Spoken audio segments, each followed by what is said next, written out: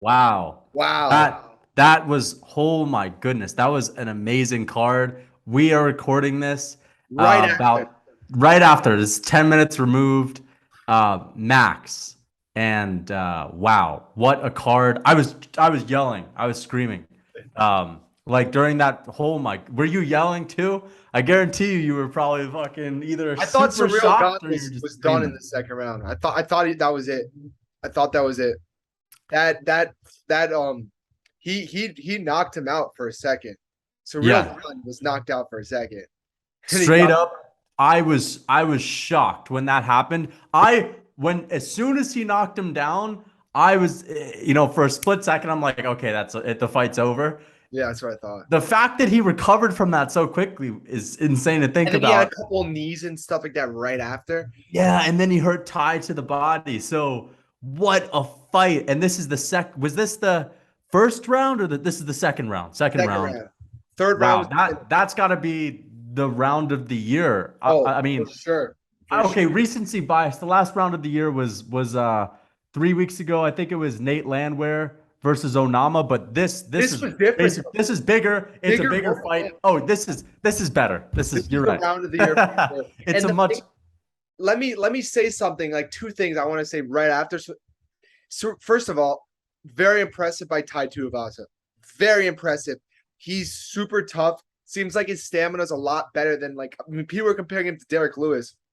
Stamina is a lot better than Derek Lewis. He's a lot better of a fighter than Derek he's a Lewis. better fighter than Derek And Lewis. then the second thing Technically, is, yes. and so I don't really think his stock really goes down much after that. Like that was a pretty good performance, I you know? mean, think about it. He's the only man to ever drop Ciryl Gane. Like Yeah, put exactly. him he put him Francis, on his ass. Like that was Francis that and was Derek Lewis as couldn't. legit of a knockdown as you can get. So Yeah. The second oh thing, yeah. Ciryl Gane, pound for pound, the best striker in the UFC. I don't know if Bro, that's recency bias, honestly, but honestly, I honestly don't even disagree with you because damn, I mean, this guy is so good. And the fact that he's a heavyweight and he's striking like that, I mean, the first thing that pops to mind is his front kick to the body with the lead leg. And there were moments in that fight where he'd flick it out and just do it twice, three times in like 5 seconds with ease. I mean, he's throwing his strikes like he's 135 pounds. He's like a feather in the fucking octagon. I don't understand how you can be that athletic, how you could be that technically good and have that kind of volume. I mean, it's not like he's landing a beautiful technique once every few minutes like other heavyweights might. No, no, he's a high volume, high pressure striker with big power. I don't. I think you're right. I mean, he's probably. I mean, I look at his striking and I compare it to another top guy like Piotr Gan. I'm honestly thinking that due to the shot selection, the volume, like Ciryl Gane, he arguably is the pound for pound best striker in the UFC. Straight up. I mean, Peter Yan. that was incredible, man. Ciryl Gane Yeah. is, in my opinion, the best. Can we just say this? Is Ciryl Gane is the best fighter on earth? There's one other man that may have a claim to that, and that's Francis Ngannou. Best But fighter on earth. him, I mean, think about it. Is heavyweight MMA UFC the best fighter on earth is going to be the heavyweight champ? Like, I think it's Ciryl Gane. I mean, it's either Francis or listen. Ciryl Gane didn't really prove much about his grappling in this fight, but I guarantee you he's worked his ass off to improve his wrestling since that Francis He fight. And even I'm tried I'm going just for a saying, takedown. oh, he did. Oh, he did. Yeah. He stuffed the takedown. No, he tried going for a takedown also, but he didn't. Gone on Tuivasa. Yeah. I Yeah, think it I was, don't think he got it. or yeah, he didn't get it. But Oh, he's the best fighter on the planet, in my opinion. It, interesting. there's no. I mean, I think I know that he just won this fight, but I already think he beat Francis Ngannou. To me, he is the champion. I don't see any other guy that could beat him. You could say John Jones. John Jones has been out of the ring for 3 years. I don't think you can really say that right now John Jones is the best fighter. That's like saying, Nick Diaz, who hasn't fought, could be, you know what I mean? It's just, if you've been out of the ring for 3 years, you can't be considered the best fighter on earth. An active fighter is the best fighter. It's either him or Francis, and Volkanovski. Francis is not active. Oh, no, no, no. When I say fighter on earth, I mean like Scary regardless. dude. Yeah, no, throw pound for pound out the window. I'm just saying the baddest guy on the planet, like the best. Okay, yeah. Yeah, Okay, I know what you yeah, mean. Yeah, Francis or Ciryl Gane for sure. yeah. For That's sure. what I'm saying. Like, and I think Ciryl Gane is getting better. I think Francis is getting, if anything, he's getting older. That knee ain't gonna be great, Bad knee injury. Yeah, yeah. bro. That's got to be the most. I honestly felt bad, and it was hard to watch the second or third round because He was just killing him. he was just killing him, bro. And Tai Tuivasa, you know what it is? It's, when you see a guy that just won't quit, that's so tough, like a Marvin Vettori, it's just hard to see those guys get really beat up because you know that there's no way that they're going to Go down. quit. There's no way they're going to go down, and they're just going to keep taking brain damage. And that's what I saw in this fight. And it was way worse than the Vettori beating. I mean, Vettori got his ass kicked, but this was way worse than that. Oh, by far. But the And then he question is, got folded. where do you go from here, though, for Ciryl Gane? Do you have him fight Curtis Blades and winner fights for the bout, or you have him fight John Jones maybe for the interim bout? Like, I mean, honestly, I love the idea of John Jones for the interim belt. I think that's a much bigger fight than Stipe for the interim belt as well. I don't think Stipe's coming back. Let me just say that. We'll talk about that. We haven't heard from the guy in like 6 months. Like, who knows if he's like he clearly doesn't want. Honestly, at this point, I think business move. We could definitely get into this later, but business move. I think that's the best for Stipe. I think if I'm Stipe, the only reason you fight is for money because you're just gonna fuck your legacy up further if you keep losing. Like he's already the best heavyweight of all time right now. Just retire. Someone might surpass you. It doesn't matter. Your legacy is one KO, one bad KO by Francis in DC. Yeah. You're still like the GOAT. So, but man, I think for Ciryl, I think like, does it really make sense to pair him up with Curtis Blades? Like he's I don't know. I mean, that's a good fight. It's a good like it proves a lot for both of them. If he beats Blades, that proves a lot that he's really done a lot about his wrestling, but it's not a big fight. It's not a fight that's going to make a lot of money. I mean, where are you going to have that? In France? I mean, like you just went to France. I think that him versus listen, I saw an interview with Francis Ngannou recently, and it didn't seem like he was going to fight soon. It seemed like I'm going to need a lot more time off. Spring maybe. Yeah. So I think Ciryl Gane, John Jones, December, perfect. And I'll give my early prediction. I think unless John Jones has just become an absolute beast and resorted back to wrestling heavy, I think he loses that fight 10 out of 10 times. If John Jones can really show that his wrestling is amazing, if John Jones has worked his ass off to become the best wrestler that he could possibly become because he doesn't have big power in the hands, I think he could potentially beat Ciryl Gane. If Ciryl Gane's worked on his takedown defense and fixed that hole, no one beats him on this planet. Definitely. No one. I agree. Francis is the only guy. I mean, because again, we saw it tonight. Ciryl Gane, again, in that heavyweight division, he could get clipped. You know, anyone can get clipped. In Francis, that's always a factor. But I think, against Francis Ngannou, 9 out of 10 times he beats him and Francis doesn't land that punch. And I know that's crazy to say because Francis just won. I just still don't think he won. But do you think that Ciryl Gane has improved greatly, or was this always was this what Ciryl Gane would have always done to Tai Tuivasa? Because I think it's a little bit of both, but what's your take on that? I think it's hard to say. It's honestly hard to say because Tuivasa is what he was supposed to go in. This was a fight for him to go in there and dismantle Tuivasa. This was a fight set up for him to win and get back his confidence, as he was like, that was the easiest opponent for him in the top 5. So I think this fight was meant for this to happen, but he ended up getting clipped and almost finished. So I was very impressed by the toughness, his awareness is very great. Like his last 3 fights, like if you really think about it, he's gone against 3 of the heaviest punchers in the world. And he didn't get knocked out by any. That's impressive. His awareness and to like hardly get clipped by any of them other than Tuivasa is extremely impressive. So that part is very impressive to me. But the finish itself like was kind of expected. I think I was more impressed. Like I was very impressed by Ciryl Gane, but I may have been more impressed by Tuivasa, honestly. I thought like this one trick pony kind of guy where like he just like gets these lucky knockouts, like not much skill to it. But he looked. I thought he looked pretty decent, honestly. I thought he looked decent. I thought going into this fight, I thought it would just be a Gane, just like continue piecing him up from beginning of the fight to the end. But Gane didn't really piece him up until the second round, you know? Like that But I mean, was a closer round. Like Gane won. that's kind of par for the course, because usually, like we saw Whittaker, for example. He I don't started, think you could fault someone on not piecing someone up in the first round, because that's no, a smart game plan. but like That goes to show fight IQ.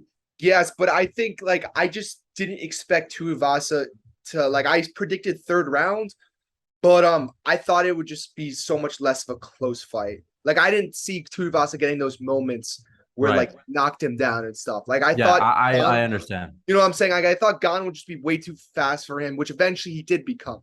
But I didn't think Gane was gonna have to dig deep to get this finish, if that makes any sense. Because he had to dig deep. When you get knocked down like that, like to recover super quickly, not like panic or anything, you know, go with some knees and like get some. That was impressive grit. That's what I was saying. That's what I was impressed by Ciryl Gane. I was impressed that he was able to dig deep after getting knocked down for his first time in his UFC career and end up winning that fight. Because after he got knocked down, he could have just been very conservative and just like used some clench work, but he went right back to the knees and the body, like right back to his game plan, and then that ended up paying off for him, you know. So that's what I was impressed by his grit and being able to in his heart and being able to dig deep. Tuivasa, I was impressed by also his toughness too. Like he did you see Gane's head kick to Tuivasa? Yeah, I mean, he ate that. He ate that head kick. Most heavyweights.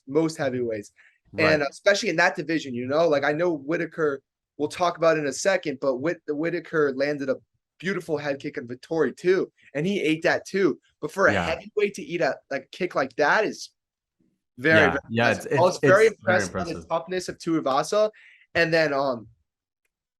then same with Ciryl Gane's toughness and just being able to dig deep and get that finish.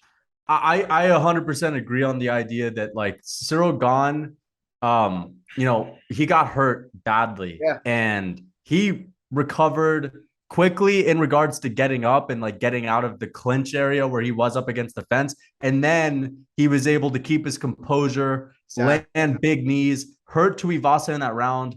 And then again, as you said, he continued to use the smartest game plan possible, which is, listen, I'm hurt. I need to clinch and I can do damage in the clinch. And he was able to survive that way.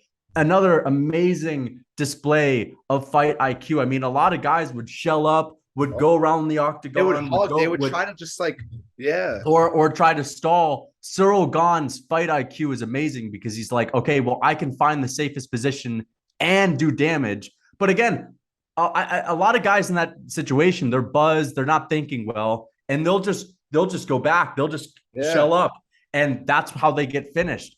And the thing is, first of all, you're right. Tai Tuivasa impressed me but I can't say that I was that impressed by Tai Tuivasa's skill set. The only thing I was really impressed by Tai with was the fact that he just stuck to his game plan and he relied on his toughness and went forward and landed that big shot. Because a lot of guys, when they're getting jabbed to the face, when they're getting pieced up and they're getting kicked all over the place, they kind of just get discouraged. And Tai never once got discouraged in that fight. He never did.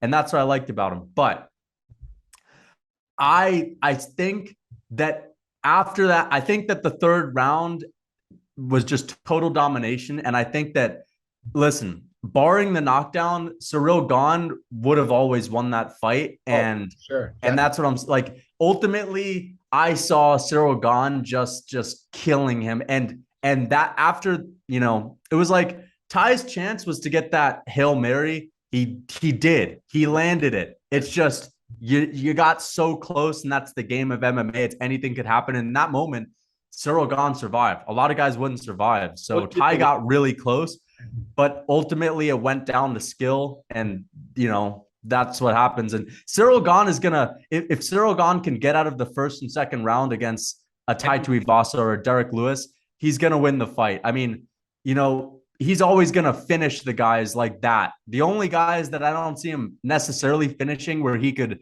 go to a decision is a guy like, guys that are more technical, like a Volkov or a Curtis Blades, but those guys like Ty that rely on the early brawl and the big shots, he's always going to finish guys like that. So I'd like to see him fight, I'd like to see him fight John Jones. I think that's the perfect fight. And for Tai Tuivasa, I think it's clear he needs to take some time off. I think he's got to fight Tom Aspinall when Tom Aspinall comes back, or Sergey Pavlovich. I'd love to see either of those guys. Amazing fight.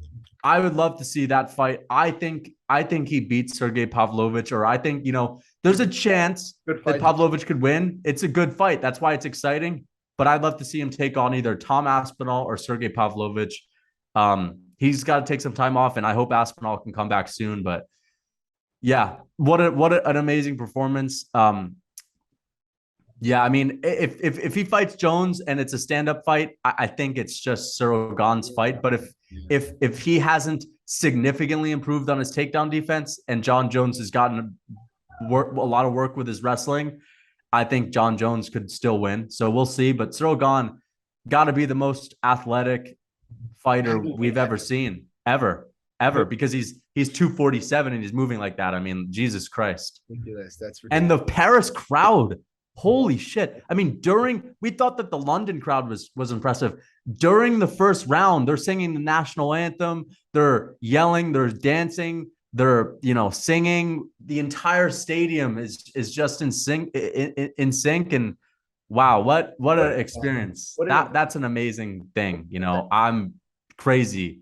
I've always figured that in those moments, I always worry that if you're the home crowd and you're rooting for your home fighter, I'd be worried that that's going to distract them and get them KO'd. Like, because that probably hypes them up.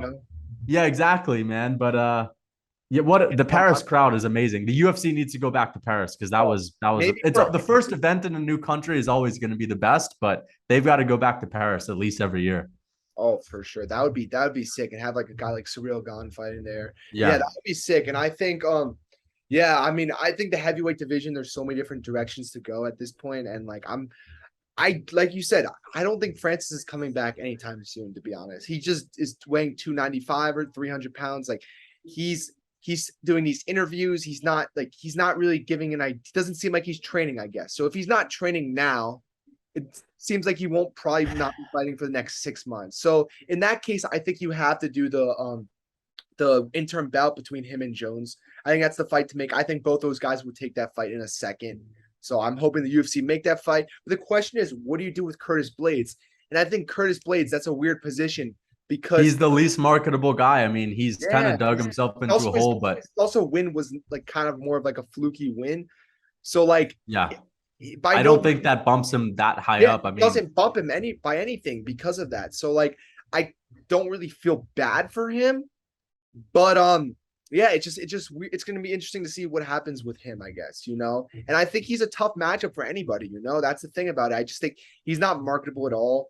The UFC wants Jones to like fight for the belt. That's what they want. They want Jones to fight for the belt, and a Ciryl Gane versus Jones is his chance at getting a belt. I know it's not the undisputed, but it's still. Yeah, Blades doesn't really have any matchup if you think about it. I mean, that is true. That is true. So I just don't see them doing a Ciryl Gane versus Blades fight when John Jones is available. I just don't see it, and especially because those guys already fought Francis. Like, right. I just don't think that there's anything to gain for the UFC. So let me ask you a question. December, is there a main event for December? So there's no real main event, but there's the co-main, which is Yuri versus Yeah, I just hope that that's not the main event because listen, like when that was the main event, that still wasn't like, and I mean, I was happy with the event. It was one of the best fights I've ever seen. But like, it's the rematch. It's still Glover. I mean, Yuri's exciting, but again, like we need a big fight. And can we get John Jones to actually like? I feel like at this point, Ciryl Gane, we know he'd be happy to fight John Jones. I think you'd fight him in a second. I mean, listen, John Jones is it's clear that it's been Stipe that's been delaying this, and Francis has been a part of that as well. But let's be fucking honest. I think we have a good substitute for Francis Ngannou now in Ciryl Gane after what he just did, after the performance he just had in front of his home crowd. I mean, it's clear as day. It has to be Gane versus Jones. And if that fight doesn't get made and Francis is not going to be ready anytime soon, then I think I think John Jones is fucking bullshitting around. I think that's so we'll see. But that fight has to be made. I mean, if it's not, it's got to be John Jones that's bullshitting around.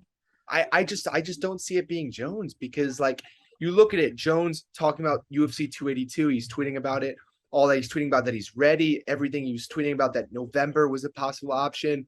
But he's thinking about Stipe. I'm just saying. But I'm saying up until now, John Jones has seemed like he's really coming back. But like I'm just saying this fight needs to be made, and if it's not made, that's in my opinion because of Jones. And I hope that Jones is ready to go because I really because listen, if I'm Jones and I see Ciryl Gane be tied to Ivasa, that doesn't scare me because it's like, okay, he's supposed to do that. There was no wrestling. Yeah. There was no wrestling exchanges. So that's the fight that needs listen. Yeah.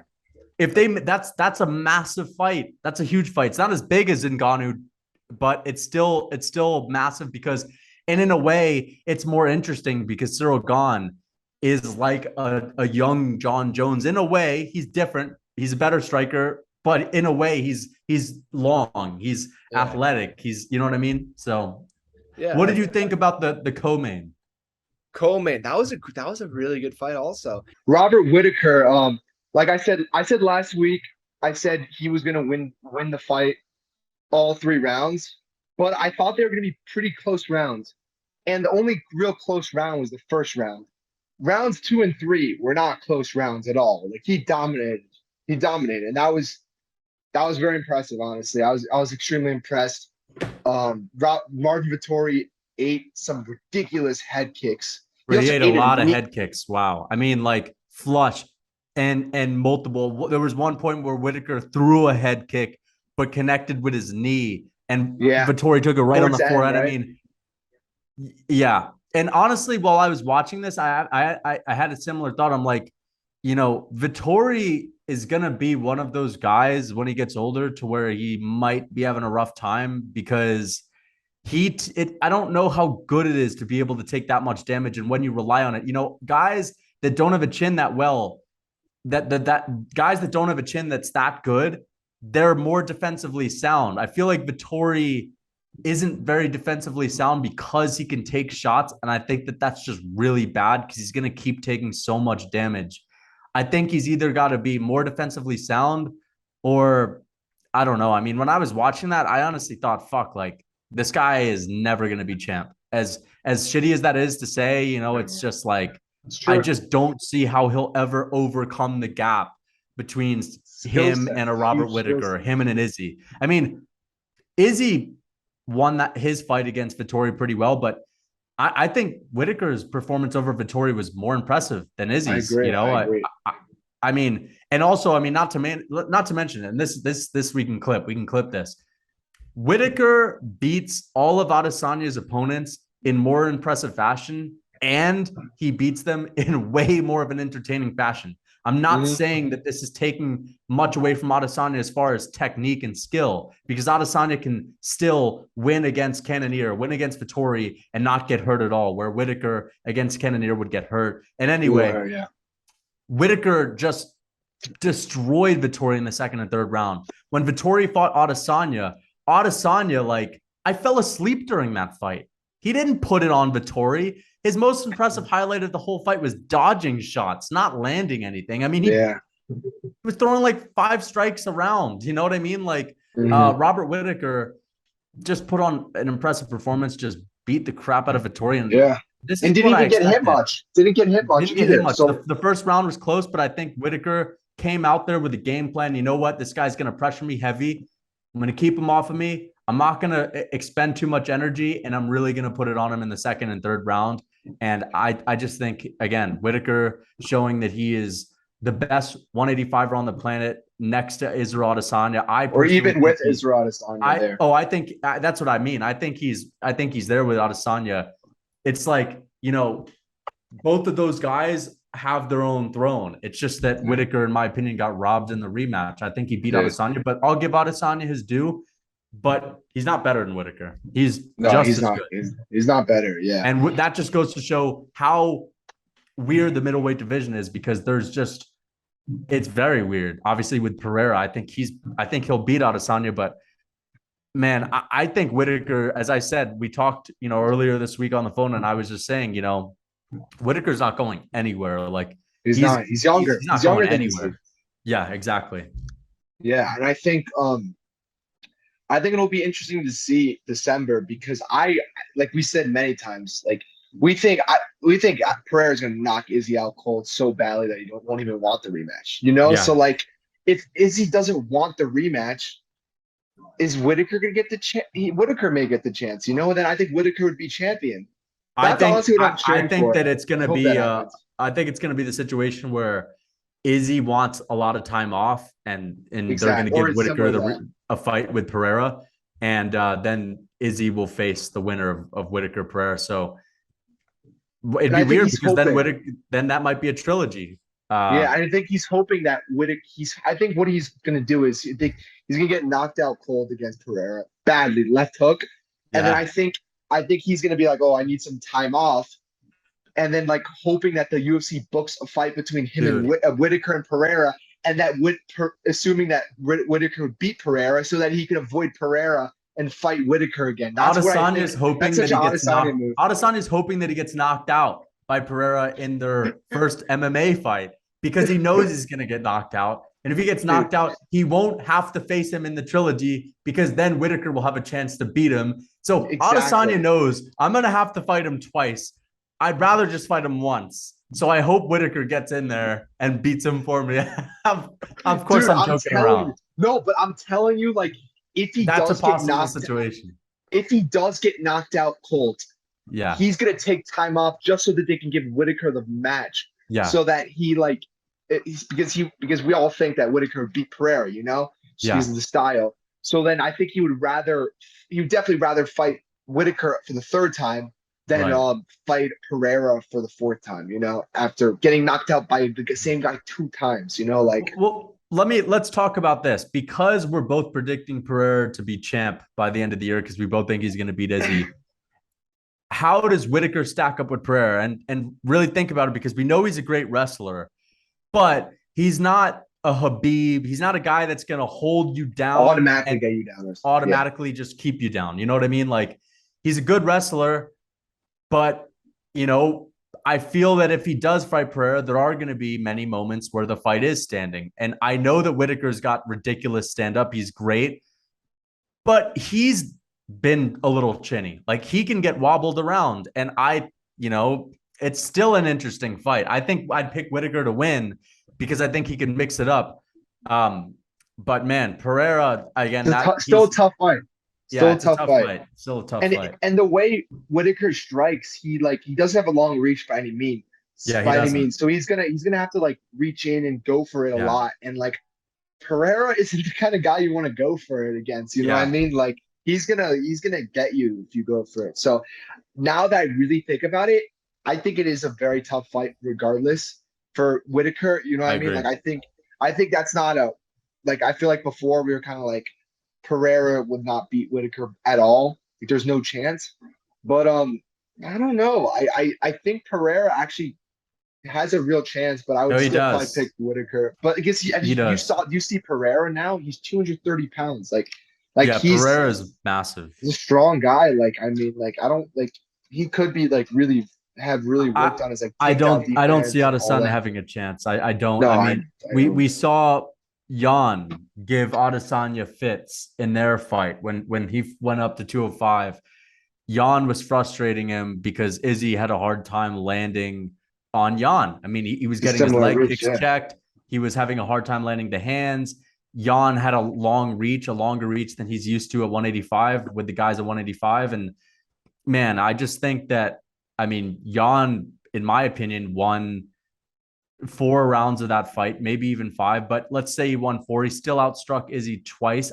You look at a guy like Pereira, who's as big as Dominic Reyes, who's 6'4". Again, people saying dude, you're a casual, like just because he got knocked. I mean, just fucking look at the guy. I just want to go on a little rant. There are so many MMA fans that just don't put like physical attributes or physicality into their fucking predictions, and it's big. I mean, Ciryl Gane, Tai Tuivasa, take skill out of the equation, okay? Ciryl Gane is 6'4". He's got a long reach. He's extremely He's fast, not fat. explosive, athletic. And it's like guys will say Nate Diaz has a chance. They view Nate Diaz as the same guy that fought Conor McGregor and submitted him. Like, that's the same Diaz. Even if it was the same Diaz, sorry to break it to you, he's still getting killed. But let's say it is. Dude, It's doesn't yeah. He's 37 now. It's like he's aged. He's gotten got weaker. no chance. He's gotten got no slower. chance. He's taken more damage. And the same thing applies to Izzy fighting guys that are bigger. You saw him struggle against guys that are as tall as him, that are as long as him. What and that's makes not even you like think that he's not going to struggle against Pereira? the better striker. The better striker, the guy who knocked him out. The longer guy than Jan Blachowicz. Yeah. Jesus. Also, I mean, guys. Yeah. It's ridiculous. It's ridiculous. And the thing is, like, people, like, you saw, like, on my MMA TikTok, Jacob Ross MMA, I post that video of Pereira, and I was like, good luck, Adesanya. Like, you know, people were like, what happened when he fought when Paulo Costa fought him? What happened when Yoel Romero fought him? So that different guys. Like, and Pereira's just as tall as Izzy too. Yes, he's way bigger, and he's way bigger than Izzy, and he's just as good of a striker as Izzy, just with way more power. But guys will. Those are the same guys that'll say, but Yoel Romero had knockout power. Well, Yoel Romero isn't 6'4" with the same fucking reach that's able to do, like, it's different. It's way different. And that's the thing. Adesanya Izzy has no chance. I'm sorry. Yeah. Izzy has no chance. I'm sorry. Let's just be honest. Let's just be honest. Like, this MMA Dynasty is going to give you a betting tip. It doesn't just bet. I'm betting on Pereira because I know the odds are going to be kind of close. I'm going to bet on Pereira. I don't bet. I'm betting on Pereira. Straight up. Yeah. That's an amazing pick. That's how is Izzy going to win? Like, I don't get it. Is he going to take Pereira down? Is he going to wrestle? He's gonna totally take Pereira down, the bigger, stronger guy. Totally. Yeah, no, he's never taken someone down in his career. Like, dude, it's gonna be a striking battle. And the guy who has fucking stone hands, and now is 4-ounce gloves. Like, this should be illegal. And he got knocked out by him. Do you know how much that's gonna be in his head while he's fighting the guy? Like, he's not gonna open up. Adesanya's only chance to win that fight is if he opens up and actually strikes and has fluidity. It makes it boring. He's not going to do that. It's in his head. If I do that, I might get knocked out. And he's going to be tentative. You can't be tentative for 5 rounds with Alex Pereira when you just fought Jan and you were tentative with Jan, who doesn't have the same one punch knockout. I mean, Jan is one punch knockout power, not on the same level as Pereira. That's what I mean. Izzy was tentative against Jan. He was worried, oh no, am I going to get knocked out? What is he going to be thinking when he's in front of the guy that knocked him out cold? When he gets Izzy right now, I'm sure he's like thinking, like, thinks he could win. But once they get in the cage, once they're doing the face off in the beginning, that's where Izzy's going to be shitting his brains out, and he's going to, like, just not be able to handle it. I'm telling you, like, I don't get why people think Izzy is going to win this fight. I don't get it. Like, people are like, oh, Pereira's never fought 5 rounds. The dude's a kickboxer. He's got ridiculous stamina. You know, like, it's going to be a striking battle. It's going to be a kickboxing battle. And Pereira's power is ridiculous. He's the pound for pound. He's got the hardest punch in the UFC. Yeah, gotta be the best punch. Without a doubt. Without a doubt. Also, like, honestly, Pereira should be his power. It should be illegal for him to fight. Yeah, dude. Honestly. It's like a gunshot. It's different automatic. I mean, Francis, the reason why it's even scarier than Francis is because when Francis knocks guys out, you look at it and you're like, that makes sense. Like, Francis, strength. It looks like the dude would kill anyone. Pereira is big, he's scary, but it doesn't look like he has what Francis has, and he does. He doesn't put much effort in it either. That's the thing. That's what it is. That's what it is. Scary. It's so effortless. Francis Ngannou, when he knocks guys out, like, is swinging everything into it. You know, Pereira, and it looks a little ugly. But Pereira literally takes like doesn't look like they don't look hard, but they just are putting people to sleep. Yeah, just straight up. It's scary. It's a scary thing. scary. I don't It's even know how so people scary. spar with him. Like, how does I guess he knows how to control his power. Dude, it's so scary Yeah, though, bro. yeah. Dude, I that's the would I guy would I not would want to. now. Let's say who are the top three scariest guys to fight? I would say just Pereira, Francis right off the bat, It's and Chimaev. then yeah, Chimaev. Chimaev. Chimaev's definitely in there, but like the reason why I wouldn't say Chimaev though, and this is why he does have the one punch knockout power. Grappling in and of itself, you know what's more scary to me? Why is the one The shot that can striking. just kill you? And Chimaev has that. A lot of UFC fighters would do that against me, of course. But same with But like same with just type, grappling. yeah. Yeah, yeah. Just like hypothetically. Okay, if I'm a good UFC fighter, if Yeah. I'm a good UFC fighter, scariest thing for me would be like getting knocked out. Yeah. So I would say, yeah, Alex Pereira, Francis Ngannou, and then maybe like I guess Derek Lewis would be pretty scary to Oh fight. yeah. But I'm still saying Chimaev. Yeah, I'm Chimaev. just If I'm saying if you don't want to Chimaev. get grappled, yeah, Chimaev's scary, bro. Dude, because dude, he'll pick you up and he'll like choke you out or he's ground Yeah, and pound, yeah, dude. Like, straight up. Yeah, no, but I Chimaev. mean, I For me, it's honestly, Chimaev. I think so. Yeah, Chimaev is a beast. Habib would be scary to fight. I mean, if you were Connor, like that. I Oh, mean, dude, that you'd was be going in scary. there against some mountain, some dude from the mountains, inbred, maybe Who like fights fucking like, bears? Who fought yeah, bears? exactly. Uh, That's yeah. I would probably say those three for sure, and then maybe like yeah, a guy like Derek Lewis or yeah. even maybe Tai Tuivasa. Maybe I Yeah, mean, Ty would be a scary guy to fight, of course. because he's Honestly, gonna any of the be heavyweights would be yeah. They terrifying. don't count. They don't count. They Yeah, don't they don't count for count, this. bro. You know. But dude, like I think Pereira is the guy who I would not want to stand up against by far. And Yeah, like you saw with his fight with Strickland, like you don't realize it until you're in the ring with him, how big he is. His yeah, look on his face is scary. Like, yeah. do He's you like a see, zombie in there. Like he has dude, no he's emotion. just there to kill. He's there Yeah, to kill. Um, yeah, and there's these stories about Pereira too, about his like people are saying his 5 round cardio, but there are stories about Pereira when he was in Brazil where he would have to run to his gym that was miles away every single day. Like yeah. like the dude's stamina is not going to be a concern at all. I don't That's think just the so. least amount of concern. The only way Izzy wins this fight is if he makes it is if he succeeds by making it super boring. I just can't see him succeeding in that sense Yeah, with I Pereira. don't see it either. I don't see Izzy knocking him out. I mean, I here's what I think. I think there's two ways that this fight goes. Number one, um, again, yeah, the only way Izzy wins is if it's extremely boring and he's like So literally yeah. running around the And octagon, then landing a they'll leg give it kick. to Izzy because like you actually Yeah, have to beat it. You have to beat a champion to yeah, beat a of champion. course. So yeah, They'll yeah, give some bullshit decision. yeah, But yeah. the way that I see Pereira winning, there's two ways. Number one, Izzy could be outpointing him and eventually he finds the knockout and he gets it. Or two, uh, Izzy actually opens up and goes toward Pereira and eventually just would gets hit with that shot and gets KO'd. Yeah, So yeah. it's either going to be a slow fight, Izzy still gets KO'd, or a barn burner fight and Izzy gets KO'd. I just don't see Izzy Yeah, winning that. I But don't either. Yeah, I man, don't know. Whittaker was looking amazing though. I what do you think is next for Vittori? Because again, I think he takes a big step back. Honestly, I think he should fight Sean Strickland. I want to I see think that that'd be fight. good. I think that'd I be a think good that's the fight. fight to make, especially with Sean Strickland pulling out of the Cannonier fight. Like, I think that may be the fight to make. Oh, actually, you know what I want to see? I want to see this. I want to see Robert Whittaker have a quick turnaround and fight Jared Cannonier in October. He doesn't have an opponent. It's either gonna be that or Jack Hermanson, you know? I'm okay with that. I just I've seen it once before, and I don't think He had the Cannonier has a broken great. forearm though. He did break his forearm in the middle of the Cannonier fight, broke so his, but no that's can't. he broke it with a kick.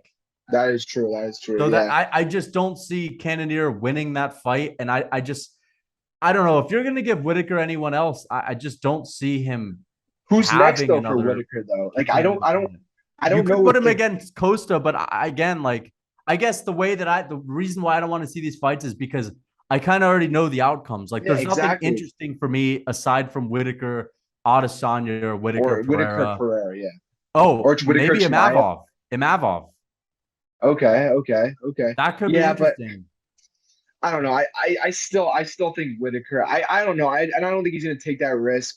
I Yeah, just I think don't think that he's like gonna go down the rankings that much. yeah, I think he's probably gonna like maybe pull a little Colby, but like not like avoid people, but instead just like maybe fight once or twice a year until he gets another title shot or there's a new champion.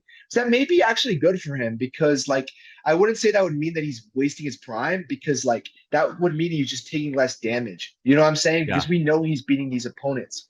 So like why keep taking damage, taking risks? So I honestly think he should maybe like cool down a little bit, wait to see what happens in December, or November, sorry, and then take same. it from there. I don't think he should be thinking about his next fight until at least after that Izzy fight. I And think then so too. I think yeah. Cannonier and Costa should fight. I mean, I know that But I don't Costa know if just Costa's fought. gonna lose the weight though. I don't think he's gonna I think they're gonna for sure do Jack Hermanson versus Cannonier. I think But he's Costa, the you only don't guy think who's available. when you say you lose the weight, are we assuming that this fight is like in October? So Cannonier is still seems like he's headlining that fight night. So I just can't see Costa doing another I weight don't think cut like Whittaker that. is gonna wanna. I mean, I Whittaker think being Jack from Hermanson. It's Australia. gonna be Jack. I think it's gonna be Jack Hermanson. That's the only guy who really makes sense for him. They're not gonna do Yeah, Derek that's Brunson so again. boring though, because I think just Darren Till can't fight. Like there, it's fuck gonna is be. Darren Till doing? God damn it! Why isn't he Yeah, fighting? he can't. I mean, he got in trouble. Remember? He Wait, got the but this was a month. DUI. This was a month ago. Yeah, but like he's still dealing with the stuff. This is So bullshit. This is he doesn't want absolute it. He doesn't bullshit. want it. He doesn't want it anymore. Let me say Listen, something. Like, yeah, or you're probably gonna say the same thing as me, no, but no, say it. Darren Till does not want to be in the UFC anymore. I know he may say he wants to be in the UFC, but he doesn't truly want it anymore. He doesn't have the heart anymore. If you had the heart, you wouldn't be like drunk driving in the middle of the night. That's all I gotta Dude, say. Darren Till is a married man. I don't know if he's married, but he's got a He's got woman. kids. Yeah. He's got kids. He's got kids all over the world, and he spends 90% of his fucking time, 90% of the year away from his kids training. But what's They see Darren him Till doing doing? that, bro. Like Think about Darren Till's family. that Oh, sucks. They our see him in the father is news. away training hard to become a champion. He's taking all this time away from us for To a make good money reason to for our work. family. And then Yeah. you get the call that he's drinking, he's out partying, he's getting a DUI. Like, you're not even fucking fighting. You're not even doing your job. What is he What partying is he for? What is doing he with his life? partying for? What is he drinking for? He's not nothing to celebrate. What he's He's got celebrating nothing to celebrate. Chimaev's success? Like Jesus. he's got literally nothing to celebrate. And look, we're Darren Till fans here. We want the best for Darren Till, but we have to say it how it is. And his career, and he's I'd love pathetic Till to right now. be As a person, he's Till as champ pathetic would be right now. sick. It's Yeah, no, pathetic. I I love think Cho. He's Darren pathetic. We have Till to is the say it how it clown. is. Darren Till is the clown of the week. Okay. Clown of the week. Let's do clown of the week, bro. All He's right. the clown of How the about we week. start doing clown of the Okay, week? fine. Yeah, Darren clown of Till's the this week. week's clown of the week. And Yeah. trust me, we like Darren Till here, but we have to say it how it is. He's a clown right now. What are you What are you drinking for? There's nothing to celebrate. And what are you leaving lost your 3 family straight all fights. year for? All year, you Pathetic. leave your family all year and you don't even fight. You can't even make it to the octagon. And what are you doing in your free time? Getting DUIs, going to the club when your kids and family are at home. Clown of the week. Can't He believe doesn't really clown of want the it week. anymore. Does not want it. Like in the UFC, if you don't truly want it, you're gonna be out of the UFC in no time. Yeah. But And I Darren think Till that's the gets the direction. privilege, you know. But I mean, that's still the direction he's heading in. If he loses two more fights, UFC will be done with him. I truly believe so. So because Yeah, that'll be five and straight it's like, losses. yeah. If I'm Darren Till and hypothetically, if I can fight, if I can, if what if I can get past this DUI, whatever it is, and I can leave the country to fight, I am saying I want to fight Jared Cannonier. Sign me up. Give me Jared Cannonier right now. He's coming off of a loss. He's old. He's It's getting worse. Just fight the man. It'll be a striking match, which favors Darren striking Till. match. Like I like that matchup for Darren Till, but I like it I just too, don't see it happening. It'll be Jack Hermanson's bum ass. Jack Hermanson who already got knocked out by Cannonier, which is why I don't want to see it. But I just think unfortunately that's the only option, or else we'll just cancel the fight. Like in my opinion, that's really a shitty main event. That's a shitty main event. I would not watch that. I'm sorry, or I'd fall asleep. That's the main. It's just like you're really gonna stay, you're really gonna make the UFC fans stay and watch that as the main event? Like, fuck that. Make that the co-main event. Give, But you know, anything. okay, who we should come up with a who can save that. I mean, this is how pathetic the UFC is, and let's just be honest. Like, that should not be the main event. Like, in general, these fight nights should be good. Every fight night should be really good. Like this, what we got tonight. I They know took that it off. They that took can't it be the off. standard fight night, but that's that could be a decent pay-per-view. But most fight nights are not that great. I don't know. I mean, They I actually think took it off. They took it off the website. when was the date for that? It was October. in October 15th. Yeah, I They think they took it got some off. time to finish that up. I Yeah, think they it'll put be. some women's fight on it. Grasso versus Aruj. I don't even know their names, but That like better not be the main event. If that's the main event, I there will. that would be two women's that would be two straight weeks of women's main events. That'd be That's all I'm gonna pathetic. say. That's all I'm gonna That say. would be pathetic. I Yeah. mean, listen. All I have to say is guys need to start fighting because I have so many guys in my mind. John Jones. I know John Jones wants to fight. Shavkat Ramanov. Shavkat. Like, where are the Colby, Darren Till? There's so many guys Max that aren't fighting. Holloway. Holloway. Yeah. Josh Emmett, or Tate, whatever the fuck is Oh, Yair. Josh Arnold Allen. Why can't they headline that? Why can't UFC Fight Night October 15th? Josh I Emmett think that'd be a good. versus I think that'd be Yair. good. Winner will fight for a belt when Volk comes back. They don't need to have an interim belt for that. Like those guys don't deserve it. Like, why don't they do that? Why don't those guys sign a freaking contract and stop being little bitches? I think so too. I think honestly, they need to have those guys get in. And this is the thing. People say, we're complaining about fighter pay, but I mean, these top guys are getting just enough to sit out all year. Yeah, you see how much DC spilled the beans and said how much they're making. Izzy's making like 7 to 10 million a fight. Like, these guys Really? Yeah, so that's what I saw. Izzy's make 7 to 10 million a fight just to show up. Khabib was making 10 million. Connor makes 15 to 20. Yeah, I saw it. I saw it. Where did DC talk about I didn't believe it. My friend told me that.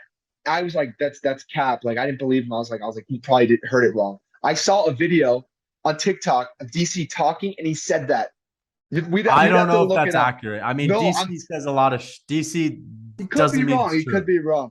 It could be wrong. But I just thought it was interesting. That those top guys actually don't make that of a amount of money. But I don't see Adesanya making 10 million. I think he said 7 to 10 million or something. I could see Adesanya getting like maybe 4 million, 10 million. Yeah, that's what I thought. I thought it would be like $1 million or something. Oh yeah, look, this is it. Knockout TV. Daniel Cormier reveals during the interview how much top UFC fighters make. Let's see. Also, let me just say one thing while you look that up. We're right on every single prediction for that fight night. I was wrong on I think the Nathaniel Wood versus what's his name? Charles Jourdain. Nathaniel Wood really impressed me. I think that was one of the most that fight, in my opinion, was the one of the best fights of the night. I think aside from the main event, that was the fight of the night, aside from the main. But I also really liked the Joaquin Buckley and Mavov fight. That was a great fight. I thought Joaquin Buckley was, he really pushed for that win, really impressed me. So, I was happy to see that from Joaquin Buckley. I picked the Mavov to win, so I'm glad I got the pick right, but it was a great fight. It was a great fight. I like Joaquin Buckley. I'm a fan of Joaquin Buckley. That's who I want to see fight Darren Till. Joaquin Buckley versus Darren Till. Give Darren Till almost a tune-up fight just to get some confidence back, get a win, get going again. I think that'd be a good fight. I don't think Till takes it. I think I've seen Till. Who would Till fight though? Who would? Well, that's the thing. I think Till only fights his best matchup, and I think the only matchup Till would take is maybe a Jack Hermanson. That's it. Yeah. Or Chris Curtis, he's actually friends with Chris Curtis. He's friends with him. That's the thing. Like, yeah. I let's just be honest. Clown of the week, Darren Till. In my opinion, he's, as far as I'm concerned, he's not a fighter anymore. No, he's just Chimaev's water boy. You He's know, just Chimaev's water boy. I guarantee you he'll be at Chimaev's fight next week, giving him water in Yeah, the he 2 will. minutes. He definitely will. Dude. He's still the last time I saw Till, he was training with Strickland and Chimaev and all those guys. First of all, Strickland, he seems like a great training He's a partner. I great mean, dude. from Yeah, what I saw. he's Yeah, motivating. He was a yeah, leader. yeah. Great guy. But Darren Till looks fat, and I don't understand. And again, you have Chimaev who called Darren Till fat in that video too. And this was a running joke last year when Darren Till started training with Chimaev, but he's fat again. I just, what the fuck is he doing? He hasn't As fought since Brunson. He was injured after the that Brunson was fight. over a year ago. When Over a was he year ago. supposed to? Did he pull out of? He was He supposed to pulled out fight of in UFC London. Is he had knee soreness? again. Darren, you know why he keeps getting? We've talked about this because he gets fat. That's why he keeps getting injured in the Yeah, gym because he can't that's what. keep doing this. I want to It's say this, like Chimaev, as Chimaev's biggest fans, I don't want him hanging out with Darren Till anymore. perfect. Yeah, I please. don't. I don't. Darren Till Terrible is dead influence. weight. Honestly, he's dead weight. Terrible I'd influence to prefer Chimaev. Chimaev to just not listen. I'm okay with Till maybe being in that gym. I just don't like that they're hanging out all the time because he's not a good influence. He's a bad influence. Straight He up, is he's a a bad bad influence on influence. Chimaev. Yeah, yeah, and I don't want to. I don't want to see Chimaev hanging out with him as much anymore. Like I I like agree. that I he agree. helps him with his striking. I think he does help him with his striking. But for them to be like hang out all the time, going to Vegas, all that stuff is not the best for Chimaev. Chimaev has goat potential, honestly, from the start. He's got goat potential, Yeah, and Chimaev needs you to don't hang want a around guy with guys guys who with actually can guys that are help him, different. motivate him, guys who actually can motivate him. Or Darren Till should just like stop fighting and just be Chimaev's striking coach. Straight up, that'd be fine. You I know, mean, that'd be okay. I mean, like, listen, I think that I don't think Chimaev is close with a Habib or Islam or any of those guys, but I he doesn't mean, need to be though. He doesn't need to be. He just needs to have people yeah, around him who truly like will motivate him to keep working. his Because we know coaches are good. His his team is coaches good. are It's just good. Till that, It's just Till. Like I just think that yeah, like a guy like Chimaev, that talent, the reason he got so good was from working so hard. And when you get fame, it's easy to let that get to you. And I don't want where like he wins another fight easily, and or becomes a champ that he loses motivation by hanging out with a guy like Till, who yeah, will just bring him to party and all that stuff. I don't like that. I don't like that. I like Chimaev being at the gym, working his butt off, which is why he got to where he was. yeah. Let's Or talk guys like about next week.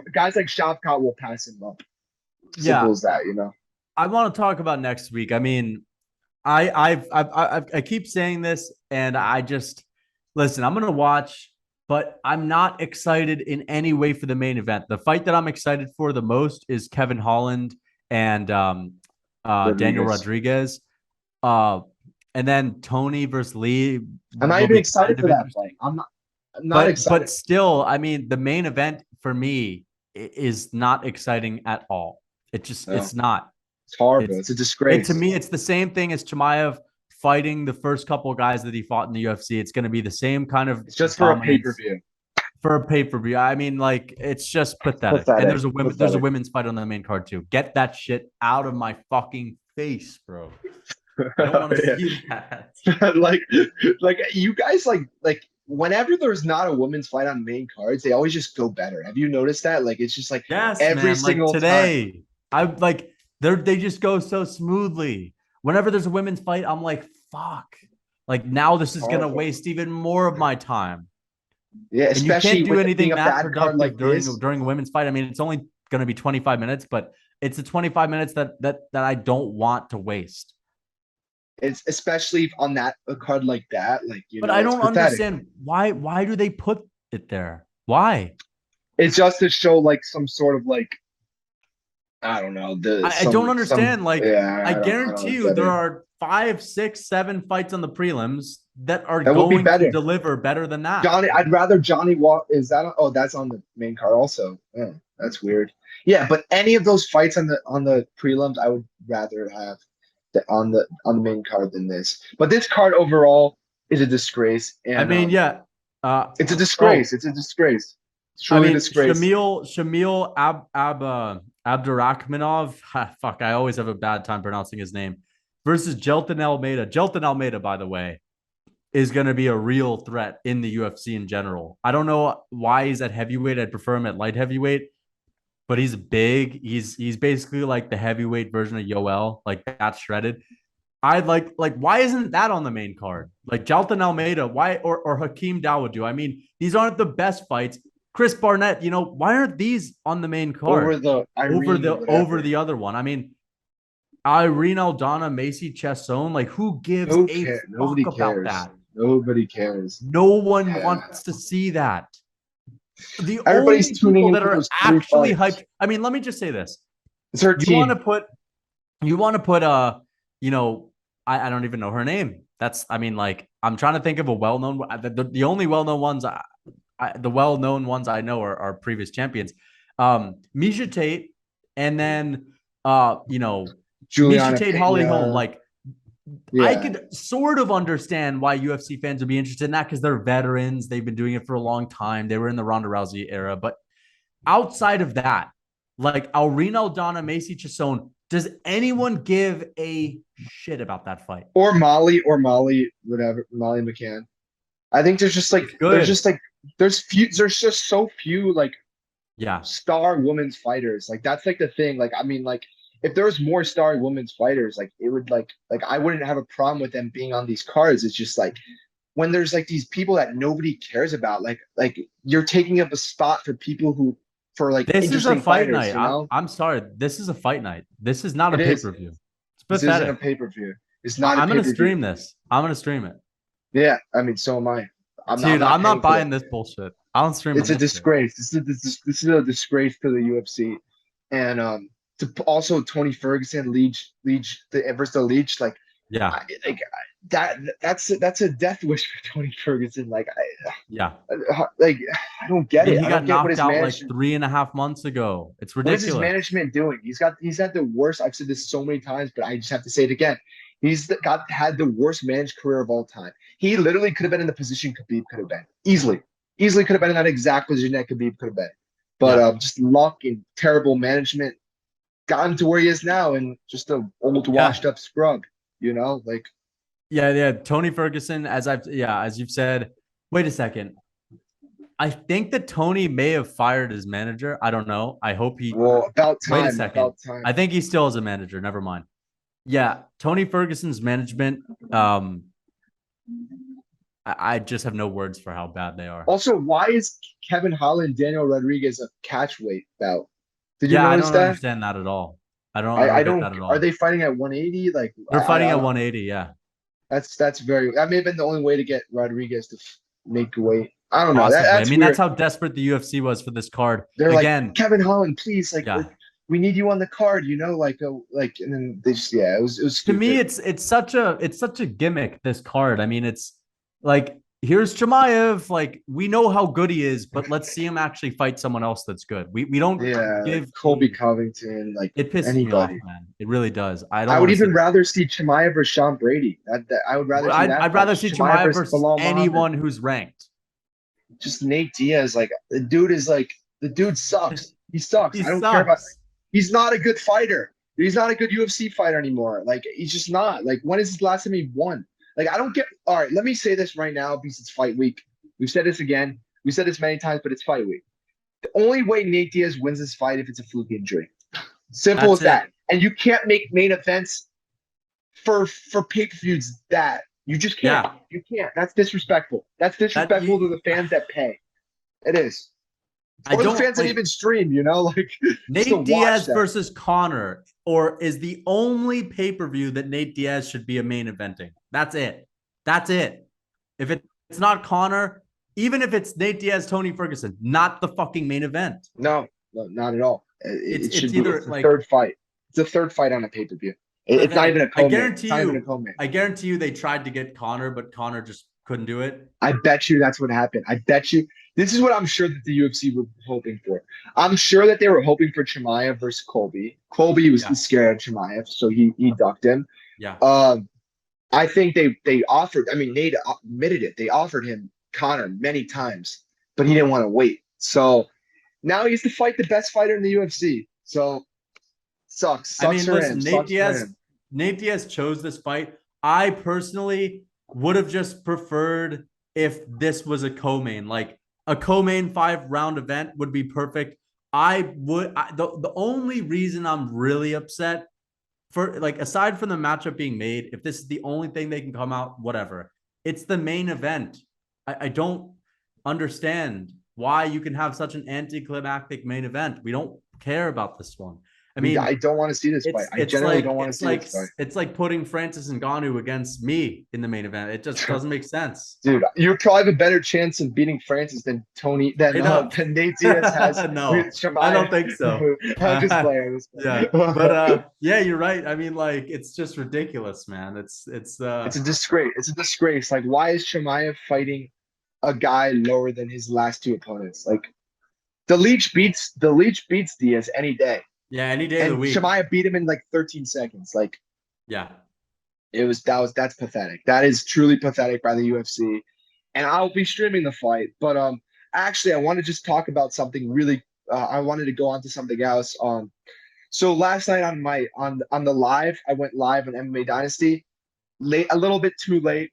I'm a bit like I'm on the West Coast time, so I kind of like Yeah. forgot about the time difference. So I did a discussion. I did a question. I had a question for everybody. Charles or Islam?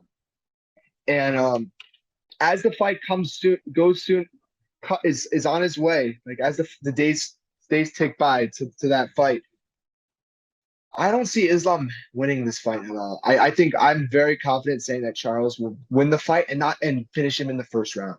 I'm confident about that because I just think that Islam's only method to win is by being able to take Charles down consistently and hold him down. But and make it a boring fight. But at any moment he can't get Charles down, or she's struggling to get Charles down from the beginning, or hold him down, he's going to lose the fight automatically. And I just can't bet on a guy like that. I can't. And the odds keep switching. At first, Islam was minus 415 to win that fight. Now he's minus 155. And by fight night, it'll be pretty much even. Like, what does that say? Like, what does that say? The Vegas knows what they're saying most of the times. So like, I think it's an easy Charles Oliveira win. I wonder what the odds were for Connor and Habib, but that's aside the point. I Khabib agree. was minus 170. Khabib was minus 170. Okay. Yeah, I think that again, this is not Connor versus Habib. This is not listen, a lot of guys are picking Islam because they see a lot of him in Habib. They see a lot of Habib in Islam.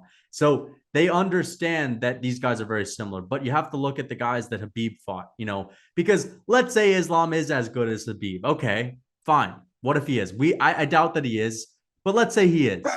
That's really why people are just picking Islam, because he's similar. He looks similar. A similar grappling style, boys, not as dominant, not as vicious, not as tenacious, but I could see it. But that's really why people are picking him. I mean, it's the only reason why. If Habib did not exist, if Habib didn't exist, I guarantee you Charles Oliveira would be a minus 300. I agree with you. I completely agree with you. There's just like, Islam is not proven. It's not proven. He's not proven at all. And I can't bet on a guy who, one, is not proven, and two, only has one way of winning. How can you bet on a guy like that? Like, at least when Chimaev was fighting Burns, like, Chimaev had more than one way of winning, Like, he could have knocked out Burns. He could have submitted Burns. He could have controlled him on the ground. Like, he had more ways of winning. Islam has one way of winning, and there's no experience. How could people be picking Islam to beat Charles? That's the thing. It's all Habib. Like, if Habib, they pick him because, of course, like, physically he looks like Habib, and also he's trains with Habib. He's always been with Habib. He has a similar style to Habib, but he's not as, like, he hasn't faced the same competition that Habib did. So that's the thing. It's like he hasn't beat. Even an RDA, he hasn't beat, a Connor. He hasn't beat a Gage. He hasn't beat a Poirier. And the thing is, okay, let's assume for a second that he is sort of like Khabib, which he's not. Let's assume that he could be. Okay. Well, let's look at Khabib's toughest opponents: Dustin Poirier, Justin Gaethje, Conor McGregor. Obviously, they all fought Islam as well. I mean, they all fought Oliveira as well. But let's look at those guys. None of those guys have had any of the grappling threat that Charles Oliveira did. None of them. Not a single one of them. Furthermore, those guys didn't have the same danger and striking credentials when it comes to that clinch. Charles Oliveira is better in the clinch than any of those guys. He's but got just more the power. grappling alone, Khabib never faced a guy like Charles Oliveira. Never. Charles Oliveira is the most dangerous man on the mat in UFC history. Not even close. I agree. He submitted more guys than anyone else in UFC history. So it's not even a debate. That's the thing. It's like it's a fact. you talk about Islam's way to victory. It really is hold them down. Just that's it. Literally, just do everything that you can to hold them down. That's it.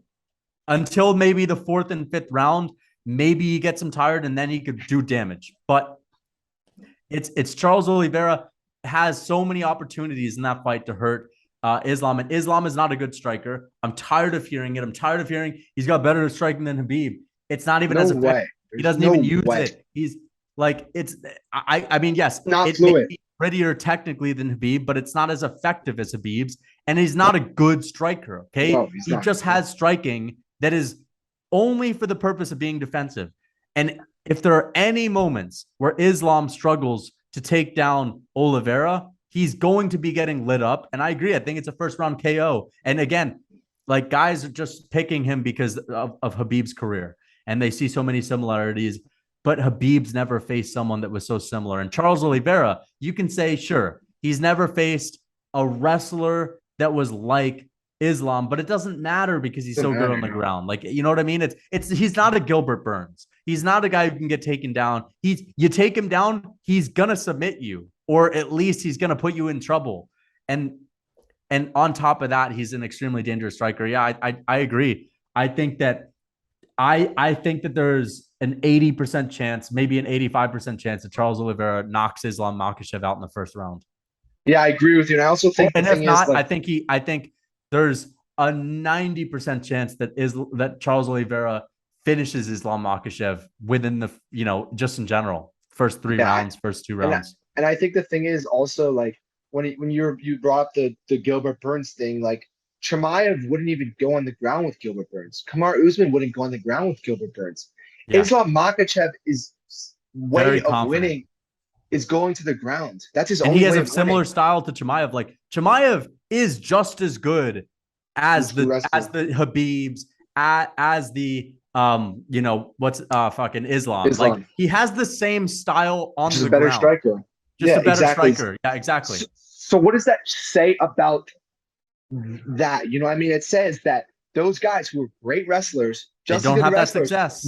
They wouldn't even go on the ground with Gilbert. Hamza Chimaev clearly felt something. And here's the thing. There is a chance that Hamza Chimaev could have went back to the ground with Gilbert Burns and had some success. But still didn't want to risk it. He felt something when he was there. He didn't want to risk it. And we also saw Gilbert Burns maneuver his way out of danger on the ground in the first sequence.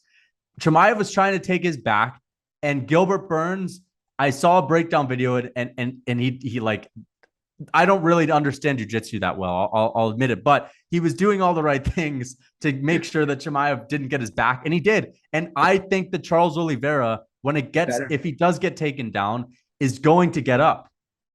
Straight up. So I think he's going to get up. So Islam is not going to win the fight. Or if he at least get out of a bad position and then get a dominant position on Islam. The thing is though that it's if Usman, Chimaev wouldn't go on the ground with a guy who's literally like not as good of a grappler and as Charles Oliveira, is not as good as Brazilian Jiu-Jitsu as Charles Oliveira, is it really a good idea for Islam to? Like, I just think that like that's his game plan too. Yeah, and that's just crazy to me. I mean, that's just crazy to me that his only way of winning is by taking Charles down, which is something that nobody wants to do.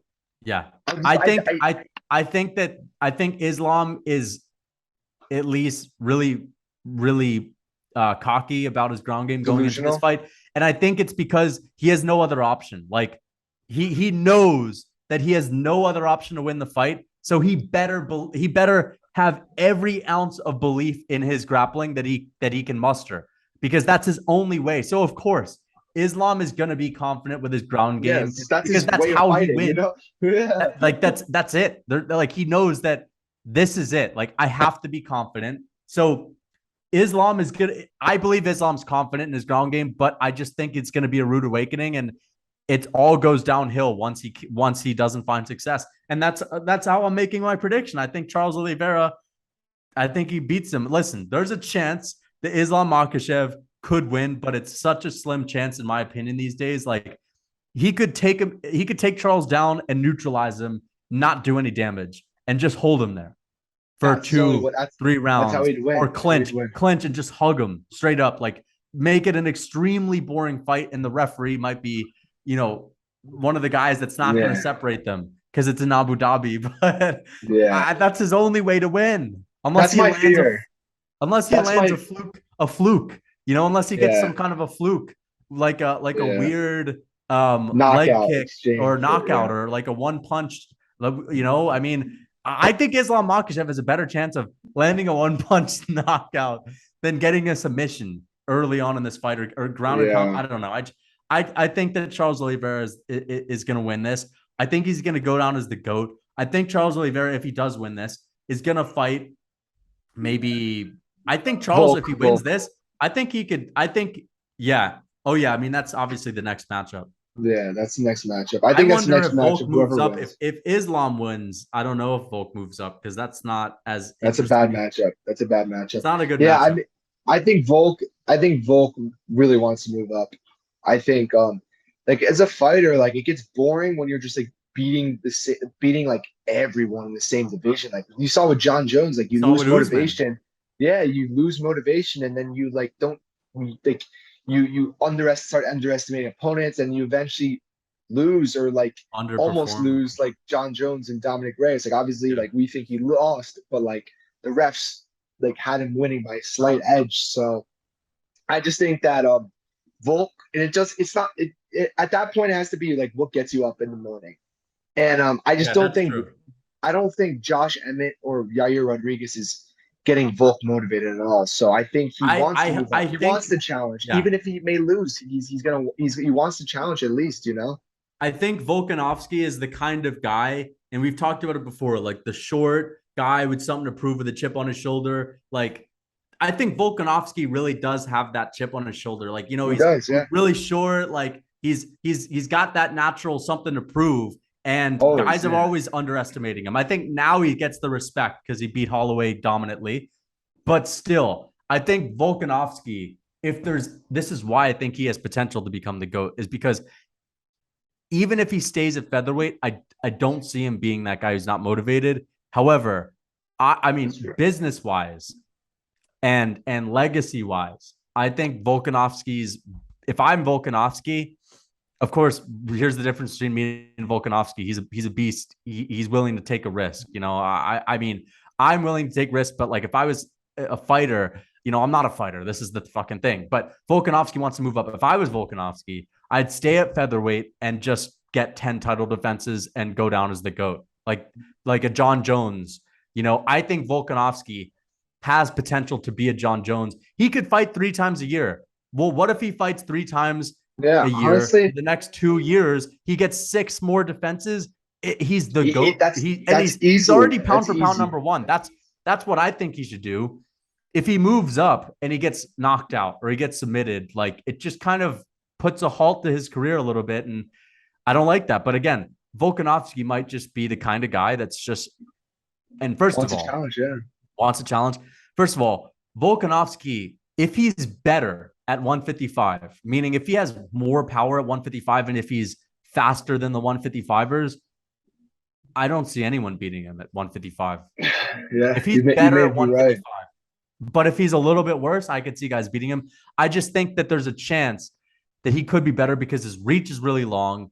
He's fast. He's a big guy, even though he's short. He's a big guy for 145. He weighed 200 at a point, Yeah, like that's a scary thought. I mean, if Volkanovski's I mean, if he has a speed advantage at featherweight, imagine his speed at lightweight. Oh, You know? that's going to be and against a guy like Max Holloway, you had a speed advantage of like Yeah, nobody has a speed advantage over Max Holloway. And exactly. I Like, what is he going to look like against a Justin Gagey or a or Dustin Islam Poirier? Makhachev. I think he could fucking destroy some guys up there. I think he's Yeah. better than and Poirier is first of all. I think Poirier is still a beast. I think he's still incredible. And losing to Charles is there's no shame in that. Like Charles Oliveira is obviously one of the best on earth and could go down as the greatest lightweight of all time. We'll see.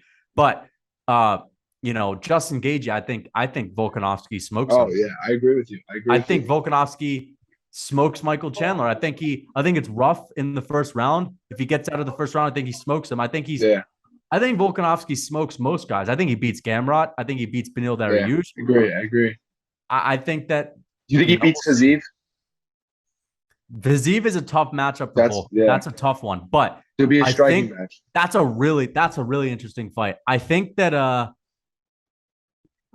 you know, I think that Viziv is fast, but he's not as fast as Volkanovski, and He's I the could better see boxer though. He's the he's a better better, striker. yeah.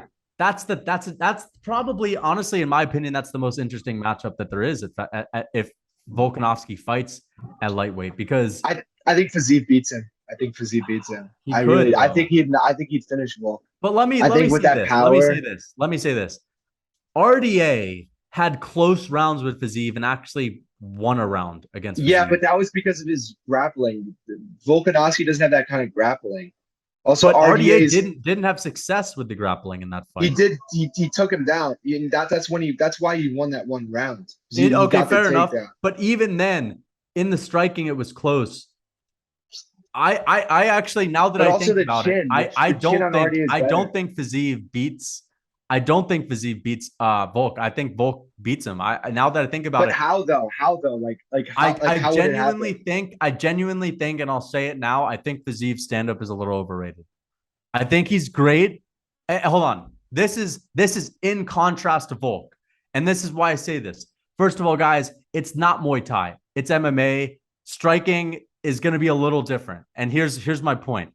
Volkanovski does have the ability to take someone down. He's a beast. He did rugby. Like he's a beast. He's a tank. Also, we saw him beat the shit out of Brian Ortega on the ground. If he gets guys down, he's good in the top position. But what I want to say about the striking is Volkanovski, in my opinion, is the best striker aside from Ciryl Gane. I think he's pound for pound the best striker in the UFC. He's so fast. He's so good. I mean, think about the way he just beat Max. And Max Holloway is an amazing striker. That was a stand-up fight. He beat the shit out of Max. After the first round, he hardly got touched. I mean, there was the fourth round, he got touched a little bit, but Not really though. Yeah. that's the thing. Volkanovski dominated Max. Volkanovski's gonna be faster than Viziv. I've seen Viziv fight. He's got great technique, but he's not the quickest dude we've ever seen. Yeah, And Volk will have the speed for sure. I don't think his striking is I don't think he has the volume needed to beat a guy like Volk. And that's where I see him losing the fight is because I've seen Viziv gas. I've seen him get tired. He's able to keep his gas tank in check when he's fighting a guy like RDA who's a little older, who's a little slower, who's not the best striker.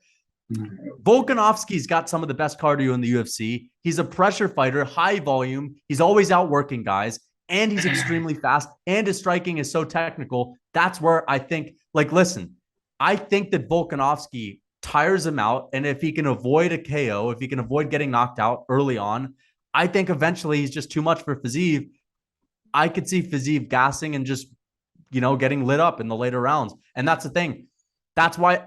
So when I say striking is overrated, I mean in contrast to a guy like a Volk, who, in my opinion, in my opinion, I think Volk could be a better striker than Viziv. I know Viziv is got great Muay Thai, but just because he comes from the Muay Thai background, that's not enough for me to say, okay, well, because he's from the Muay Thai background, he's a better striker. He's a great striker. He's one of the best in the UFC. I still think Volk is a better striker. I think Volkanovski's just in general a better striker. So it's a tough fight. But I think if I got Volk. I mean Volk is clearly gonna have the power. If he can get it out of the first 2 or 3 rounds, he's gonna win the fight. Yeah. I just think not the power. I think Volk is clearly gonna have the speed Yeah. over Fiziev, you know. And if he can get it out of the first 3 rounds, I think he would win that fight just based off of like Fiziev, how he gasses out.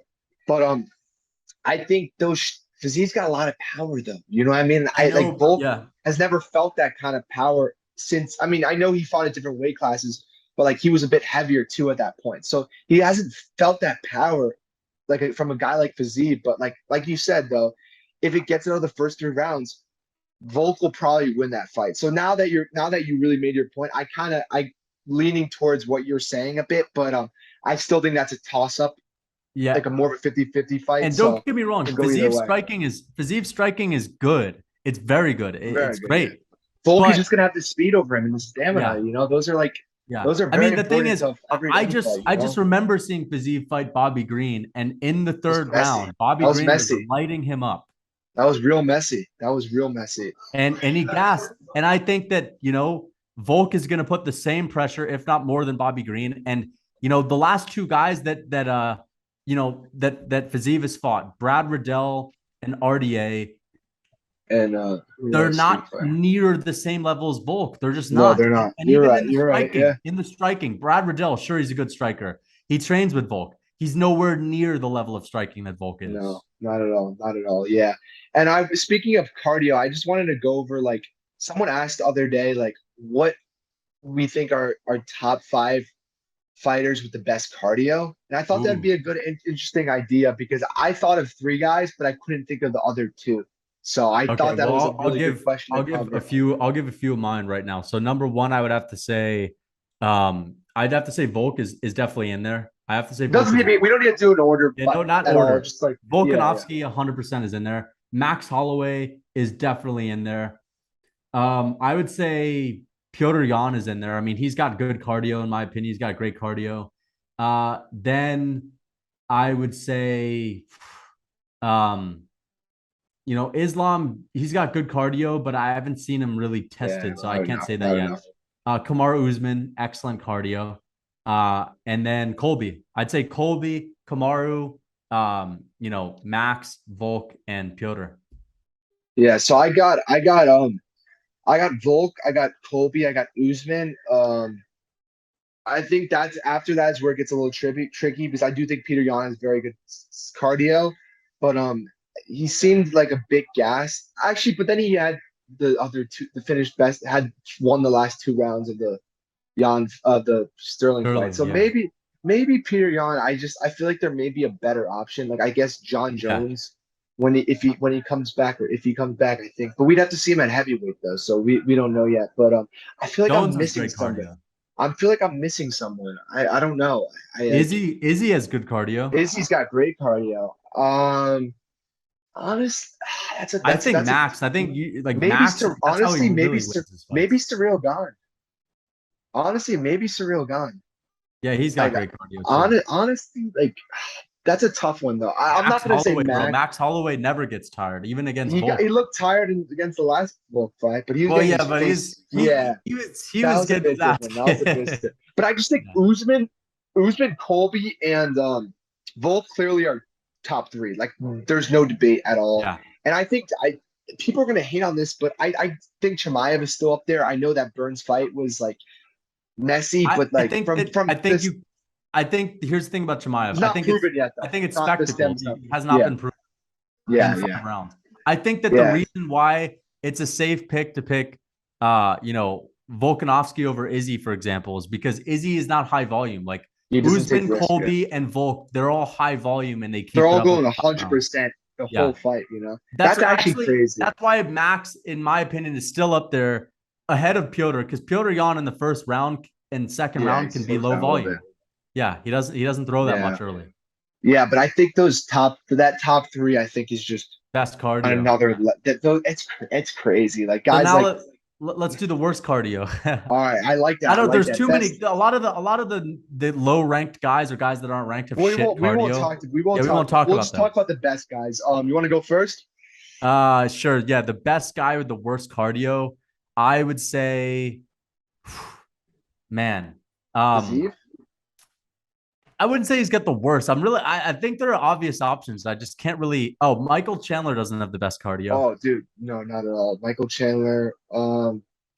That's a tough one. That's a tough one. I'm gonna say, oof, I'm that's trying that to is. think of guys that I'm gonna just pull up. pass. I'm pulling up the rankings right now. I'm gonna Yeah. Leon Edwards, I mean, he's got decent cardio. Jose Aldo. He's okay. I think there are guys that are really bad. Let's see. I'm gonna go to the top 10 pound for pound, and we'll see if there's anybody there. All right, so Izzy's got good stamina. Volk, obviously. Charles has good stamina. Nagano, like Yuri, it's iffy. But then you got that finish in the fifth round, that came out of nowhere. Derek Brunson. Derek Brunson has shit cardio. Derek Lewis. Derek Yeah, Lewis yeah. is really Derek Lewis bad has bad cardio. cardio as well. Derek Lewis. This is Oh, tough. mate, I got one. Who? Costa. His cardio Costa. is not very good. But well, he Yeah, looked good yeah, against Romero though. yeah. Yeah. No, I don't. I wouldn't really say Costa. It's It's got to tough be to somewhere in pick the this middle. one. This. Who actually, I'm now that I really think about it, Robert Whittaker also has some of the best cardio. Also, Yeah, his cardio is like he excellent. gets his even if he's like this fight against like Whittaker, he's getting his ass beat, and he still was like walking forward. Like I think Whittaker would also be on my list of the best cardio. No, sorry, I mean, Whittaker too. Actually, Romero.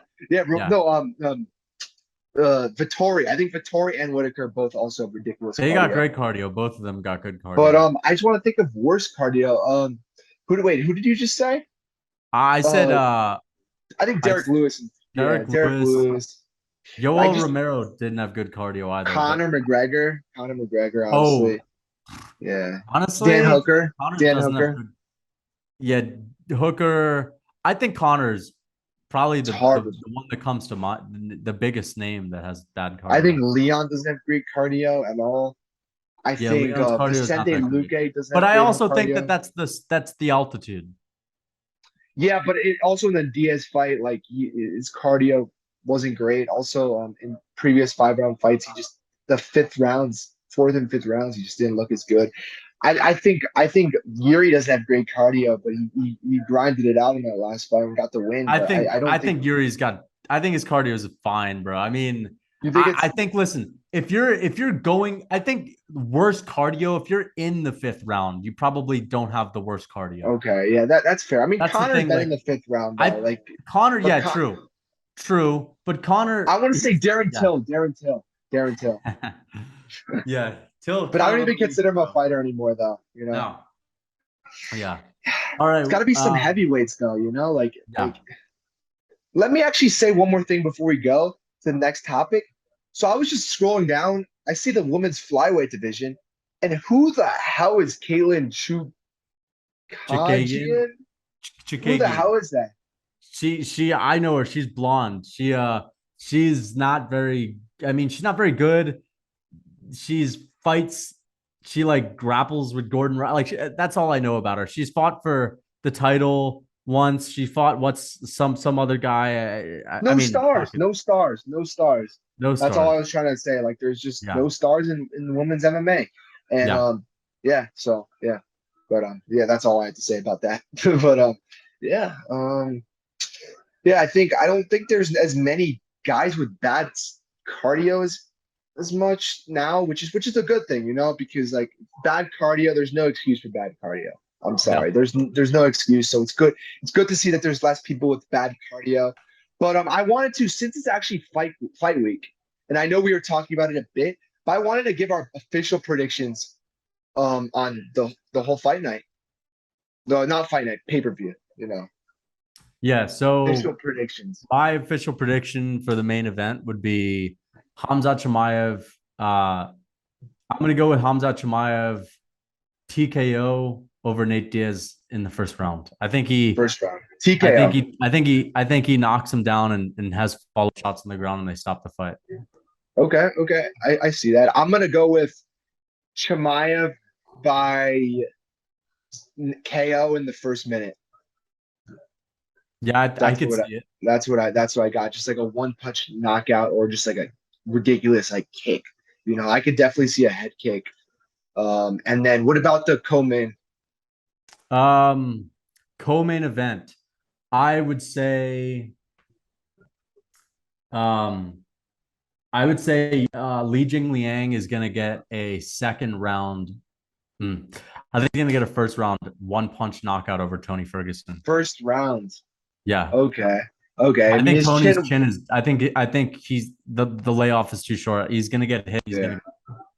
I could see that. I'm gonna say the Leech by third round Mhm. KO. I think Tony will really really try to like I guess keep it competitive and like stay in there. But I think eventually his chin will just be like you said, there's would be too little rest in between. I think eventually he'll give out. Kevin Holland, Daniel Rodriguez. Hmm. Daniel Rodriguez has taken some serious time off. His last fight was last year against Kevin Holland, and he beat him up. He beat him badly, but I would say this is a close fight, but it's a tough one. I'm gonna go with. It's really tough. I'm gonna go with Kevin Holland just because he's more active. I'm gonna go with Kevin Holland by third round TKO Third or round TKO. submission. You know what? I'll go with Kevin Holland by a third round or late second round submission. I got Kevin Holland by second round TKO. I think Okay. like you said, Rodriguez hasn't fought in a while. He's gonna have some ring rust. Kevin Holland's been super active, so I could for sure see like Kevin Holland finishing him. I think in the second round, I think the first round could be a little bit slower pace. I think Kevin Holland will feel him out a little bit, but we'll still get his shots in. And I think second round he'll I think the recent Kevin Holland's gonna drop him and jump on a Darce. yeah. I could I Very, mean very specific. I mean, we'll have to come back to that if that's the case. That'd be pretty crazy. But I Yeah, think he'll I'm for sure. calling it We both Darce. we both can agree that it'll be probably the second round. Yeah, That seems to be his round where he likes getting his finishes. yeah. So I'm gonna predict Kevin Holland second round TKO. These other fights, Fuck I'll be that. honest with Fuck you, the I no. don't Let's really care do about let's them. do Johnny Walker and Yeah, Kutalaba yeah. though. We'll I skip the other one. I'm I actually picking. I Yeah, let's no, let's all. you got it, you got it. Okay, fine. I'm picking Kutalaba by first round KO via a push, bro. I think you know what it is? I think he's gonna push him, and the force of the push is gonna whip Walker's head back and it's gonna knock him out.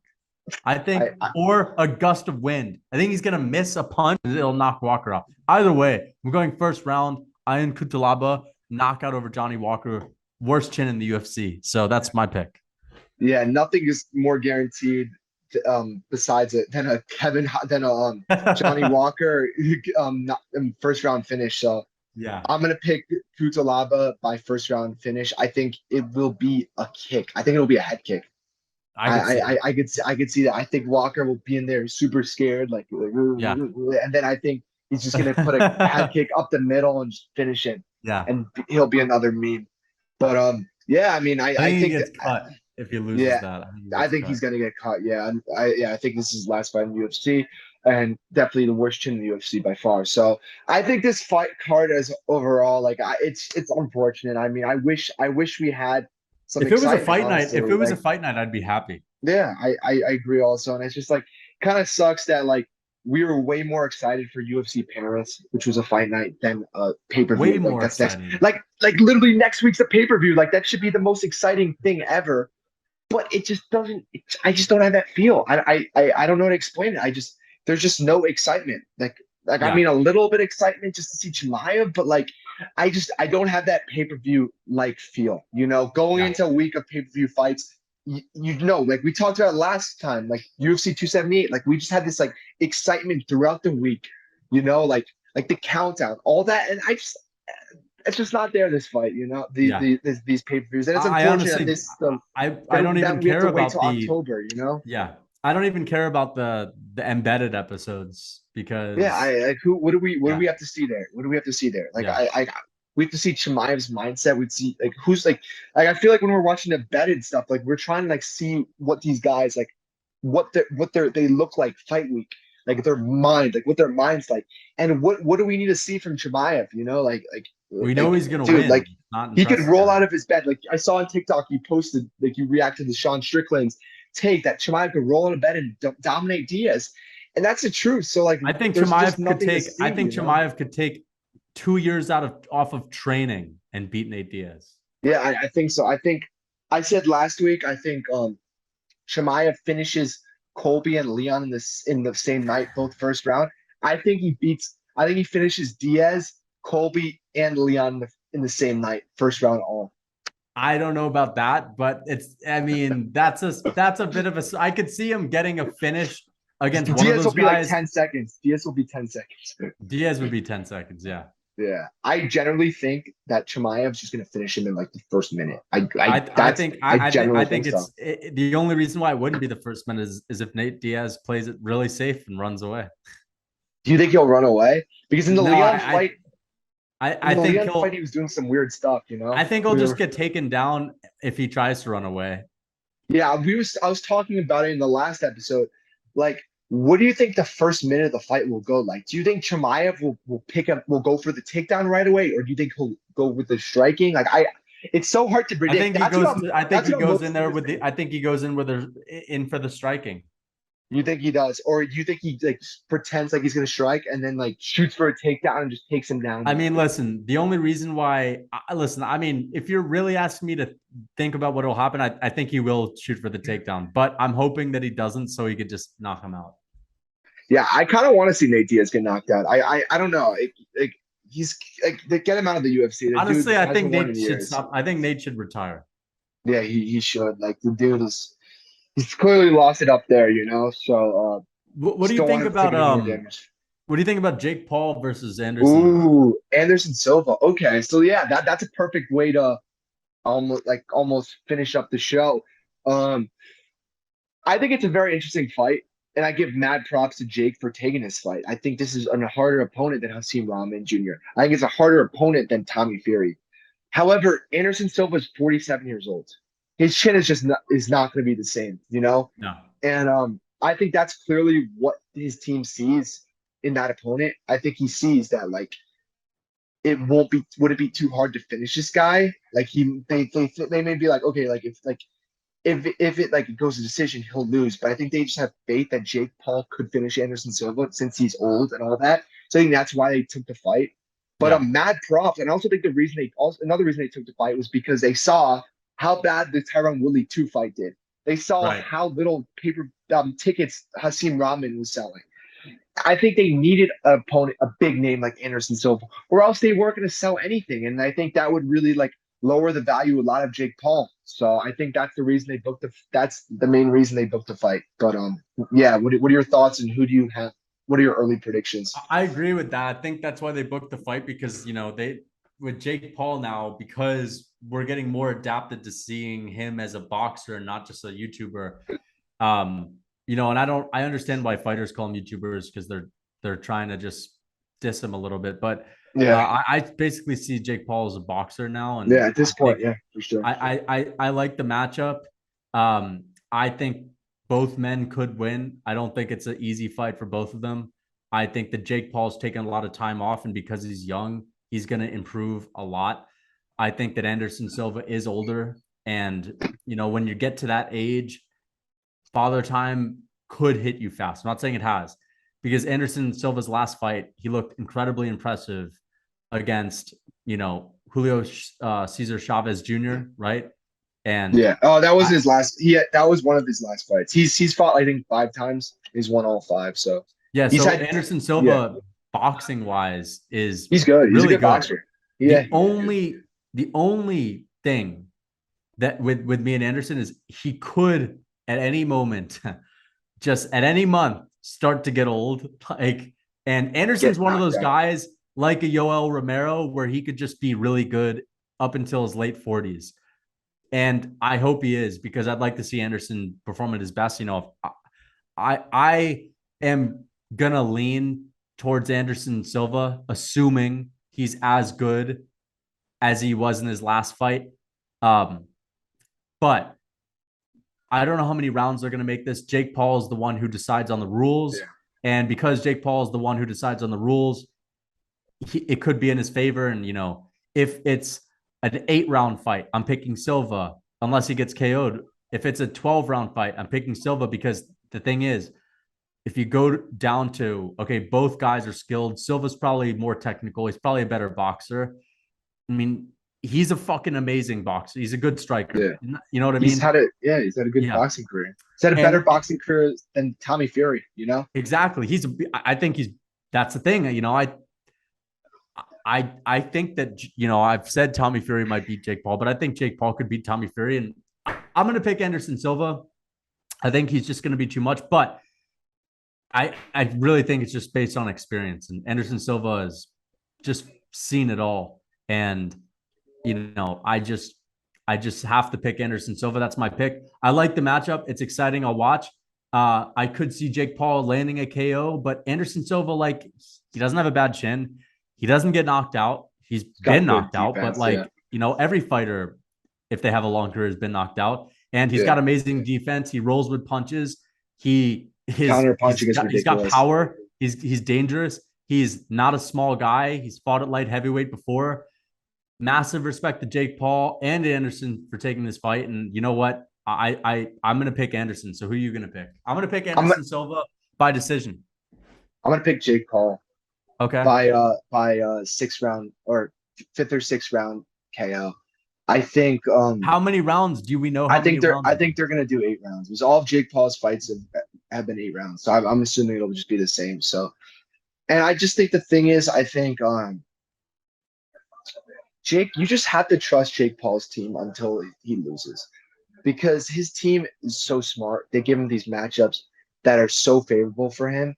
And although it looks like Anderson Silva should clearly win this fight, his team must know something that we don't know, Yeah. So until that fails, I'm gonna have to just keep riding Jake Paul, and I think he KOs Anderson Silva in the first 6 rounds. And I think Anderson Silva will finally start slowing down a little bit.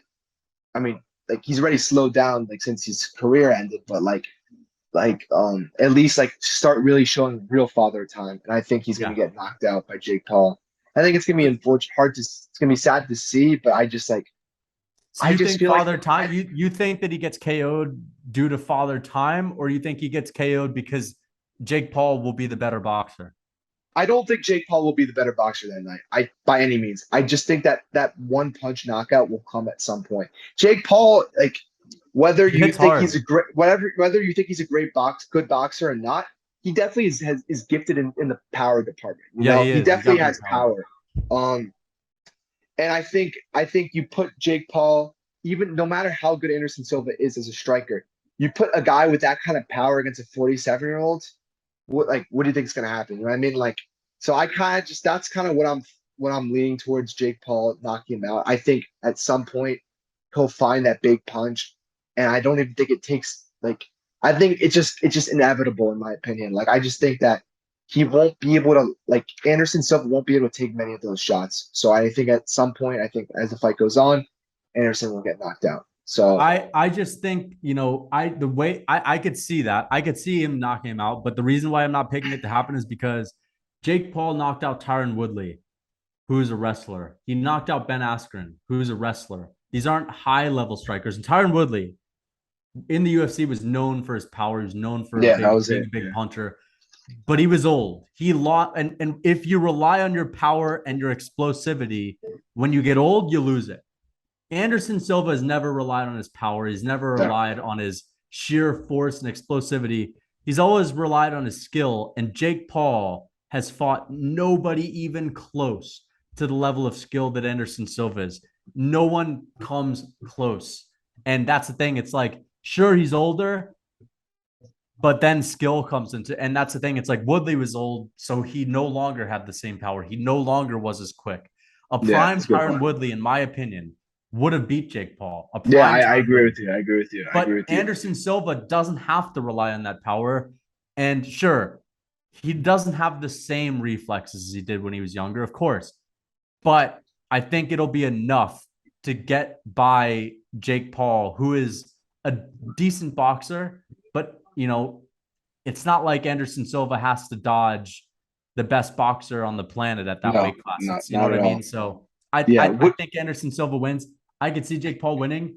I could see Jake Paul knocking Anderson out early, but if I had to bet, I would go with if this fight doesn't end due to a knockout, I'm going with Silva. Yeah, I think in that sense, yeah, for sure. But what do you think Jake Paul's team sees in Anderson that they think that they can exploit? Do you I think it's think the they age? see. I think that they see that Anderson's old.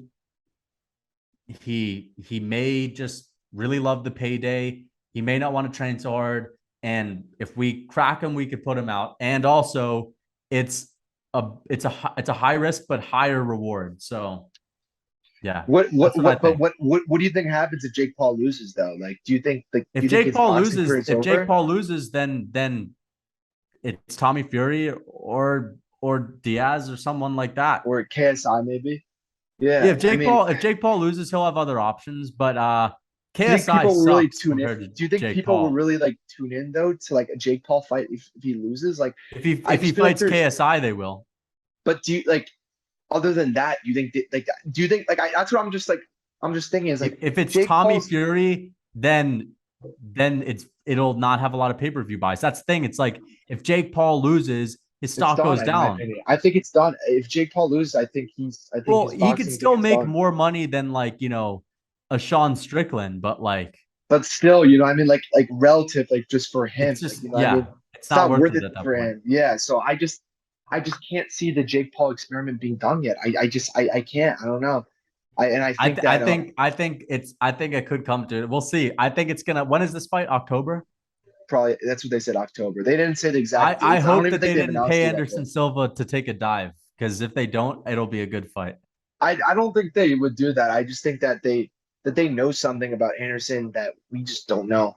I think But that has to be what what it is is. there so mysterious? It's like we have tape. We know how good Anderson now is. The only thing that they would know that we wouldn't know is if there was some under the table deal. It's not like there's no listen, there could be some kind of pattern Anderson Silva has with the striking, Yeah, or something like that. like Where like Jake Paul's team wouldn't be the first people to ever pick that up. yeah, but Everyone that's Anderson Silva has been fighting for a long time. Opponents have been watching tape on him for a long time. it could He's be like just hard to could be hit. something that they think that Jake Paul could exploit, like with his power, and then if it lands, then it'll put him out. So I think that could be Yeah. the case. I just like I said, until Jake Paul loses, I just can't bet against him. No matter how hard the opponent seems, Yeah. it's still hard to bet against a Wait, so guy you're like, telling me you wouldn't bet? Would you bet against him if he fought Israel Adesanya? like no, like I'd bet on Izzy, but like he wouldn't take that fight. So any fight that Jake Paul takes, I'm gonna have to bet on him until he loses. Like I just think he's got such a good team around him, and like I just don't think that they're gonna put him in a position where he I can get really that, like but to that's the thing. lose. It's like if the thing I know It's people say that boxing. and they're like It's Jake not. Paul would It's not take a fight that he would lose, but like then you also kind of have to assume that there might be something dirty going on behind the scenes because if there's not, then or a he's just a fight lot better is than we just as think, simple as a fight.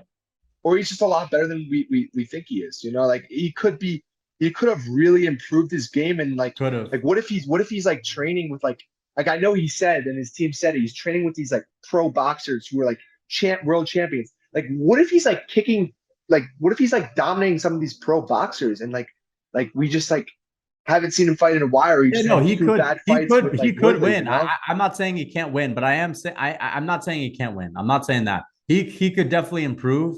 Um, I mean, I'm excited for the fight. I Oh, think dude, we're both I'm excited. thrilled.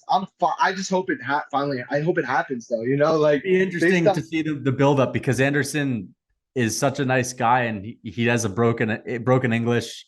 Um, I don't know if Jake Paul is going to trash talk him. I don't think he would. I don't I think he don't would. think And he. I mean, doesn't need to. Doesn't need to. That fight will sell regardless of trash talk or not. yeah, Like that's what's good. That's what's good about it. And I do you think this fight breaks 1 million pay-per-views? hell no. Think it does like 800,000? Yeah. No. I don't think this does anywhere near 800,000. I think this does, listen, 500. at best 500. Really? I mean, Woodley Because Woodley won did think about it. 400 or Jake Paul's 500. audience is much younger than like even the UFC average age audience. And the reason why the pay-per-views are going down, aside from the fact that they're not as stacked and they're not that good, is because people are streaming fights. Like people know how to save money, they're streaming fights. That's the thing. It's like Jake Paul, Anderson Silva, it's not that enticing. And Jake Paul, people are less hyped about him. He's not as big as he even Jake Paul on social media is actually gone down in fame Yeah, like yeah, throughout the past few years. And yes. that's the thing. I think at best this is 500K. I 500. don't I don't Yeah. think I don't think it comes close to a million. Again, there aren't many UFC dream cards that come close to a million. No. Jake Paul versus Connor hits a million. Other than that, Jake, what him and about Floyd, Jake Paul versus KSI? Jake Paul versus KSI. that But I doesn't mean, hit a that million would because everyone's gonna stream that. also probably be on Days In, and that would be a little bit cheaper. So I think that would be a little bit different. But that's what I don't understand about Jake Paul. I think like having his pay-per-views cost a regular $60 is such an L for him because I think if he made it like $40, he'd sell way more pay-per-views and end More up or making more just money, you stream it. I'm know? sure they could make money by ads streaming, Yeah. like I a just don't ESPN Plus type of deal. like nobody's like wants to is gonna pay $60 to watch Jake Paul fight. Like it's just No. like you know what I mean? Like it's yeah, and like a lot of boxers, I think like and you see in the UFC too, like no these pay-per-view prices are just way too high now, you know? And I think it's only gonna get worse and worse with the streaming, you know? So I think that the UFC and boxing, everything has to come up with something else where like they can avoid that and actually make the money, you know what I mean? So I Yeah. was like maybe like eventually getting TV deals or something, like just something. I don't know because they're gonna have to definitely change something. Like, as you said, like there's kids watching the stuff and they're clever, you know, like Yeah. they're clever. So you're gonna have to like change something up, or else you're just gonna be losing money. So it'll be interesting to see like in years to come, like what the UFC, what boxing will do about all this streaming, you know. So Yeah. yeah. Any final thoughts or anything before we call it a day? I think we've discussed it all. Yeah, been a good podcast. Actually, I actually wanted to send a message to a potential podcast guest. I wanted to clip this up, post it on a TikTok. Sam Alvey, we want you on the podcast. We want you to be the first guest in the podcast. We've been a fan of you for years. Yeah, you're welcome to come on. Yeah, Sam Alvey, get at us. You and I have talked on live before, so we'd love to have you on to talk about some big upcoming fights. And Aljamain Just anything. Sterling, get on the podcast. Let's talk. And MMA Guru, we're calling you out. Yeah. You got that Buckley pick wrong. You picked Buckley against Imavov. I mean, sure you had a good third round, but that was a bad pick, bro. And no, I mean, I don't know what you're thinking. Again, picking Leon Edwards. I mean, he would have lost if he didn't get the knockout. So yeah, I'm calling MMA Guru out. Out, but like by calling out, we mean just like coming on us to talk. But anyways, yeah, no, I mean, and those are all guys we'd for sure set one on. Actually, I wanted to say one more thing. By the way, speaking of these guys, like to be honest, is it just me or Jesse on Fire's content's been horrible lately? The dude doesn't stop talking about Masvidal. Doesn't stop talking about Nate Diaz, like Conor, like these dumb, like pointless Yeah, stories. bro. Like I want. like it's just yeah. I just want to say this, and let's try to get this out to Jesse on Fire. I think he lost his TikTok, but I'd love someone to get it to him.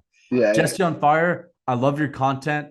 I love your Someone's videos. content. Even when I disagree, like for example, the most recent Jesse on Fire video I saw was his take on Kamaru Usman. Like he did it. Kamaru went on Joe Rogan, talked about steroid use, and Jesse was saying that it's genetics. Look at his mom. His mom is jacked too, and all this. But I agree with that. But what I'm saying is that was a good video. And Jesse, I just like you to talk about guys that are more active in the UFC. Like I don't really give a fuck about Conor McGregor. Like We don't I care don't about really George care Masvidal. about Masvidal that much. Like, can we talk about guys that are active? Can we talk about Exactly. Charles I Oliveira. know that there's not many headline stories about Whittaker, but like let's make a video on UFC Paris. Like talk about Ciryl Gane and Tai Tuivasa.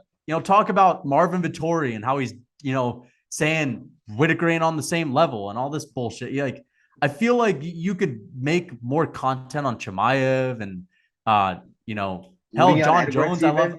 but like, okay, in other words, like Masvidal, Connor, Diaz, like we don't really give a fuck about those guys that much. Those guys haven't They're won in not, years. They're yeah. not relevant. They're But not but relevant. that's the thing. Jesse on Fire, love your content. Just can you?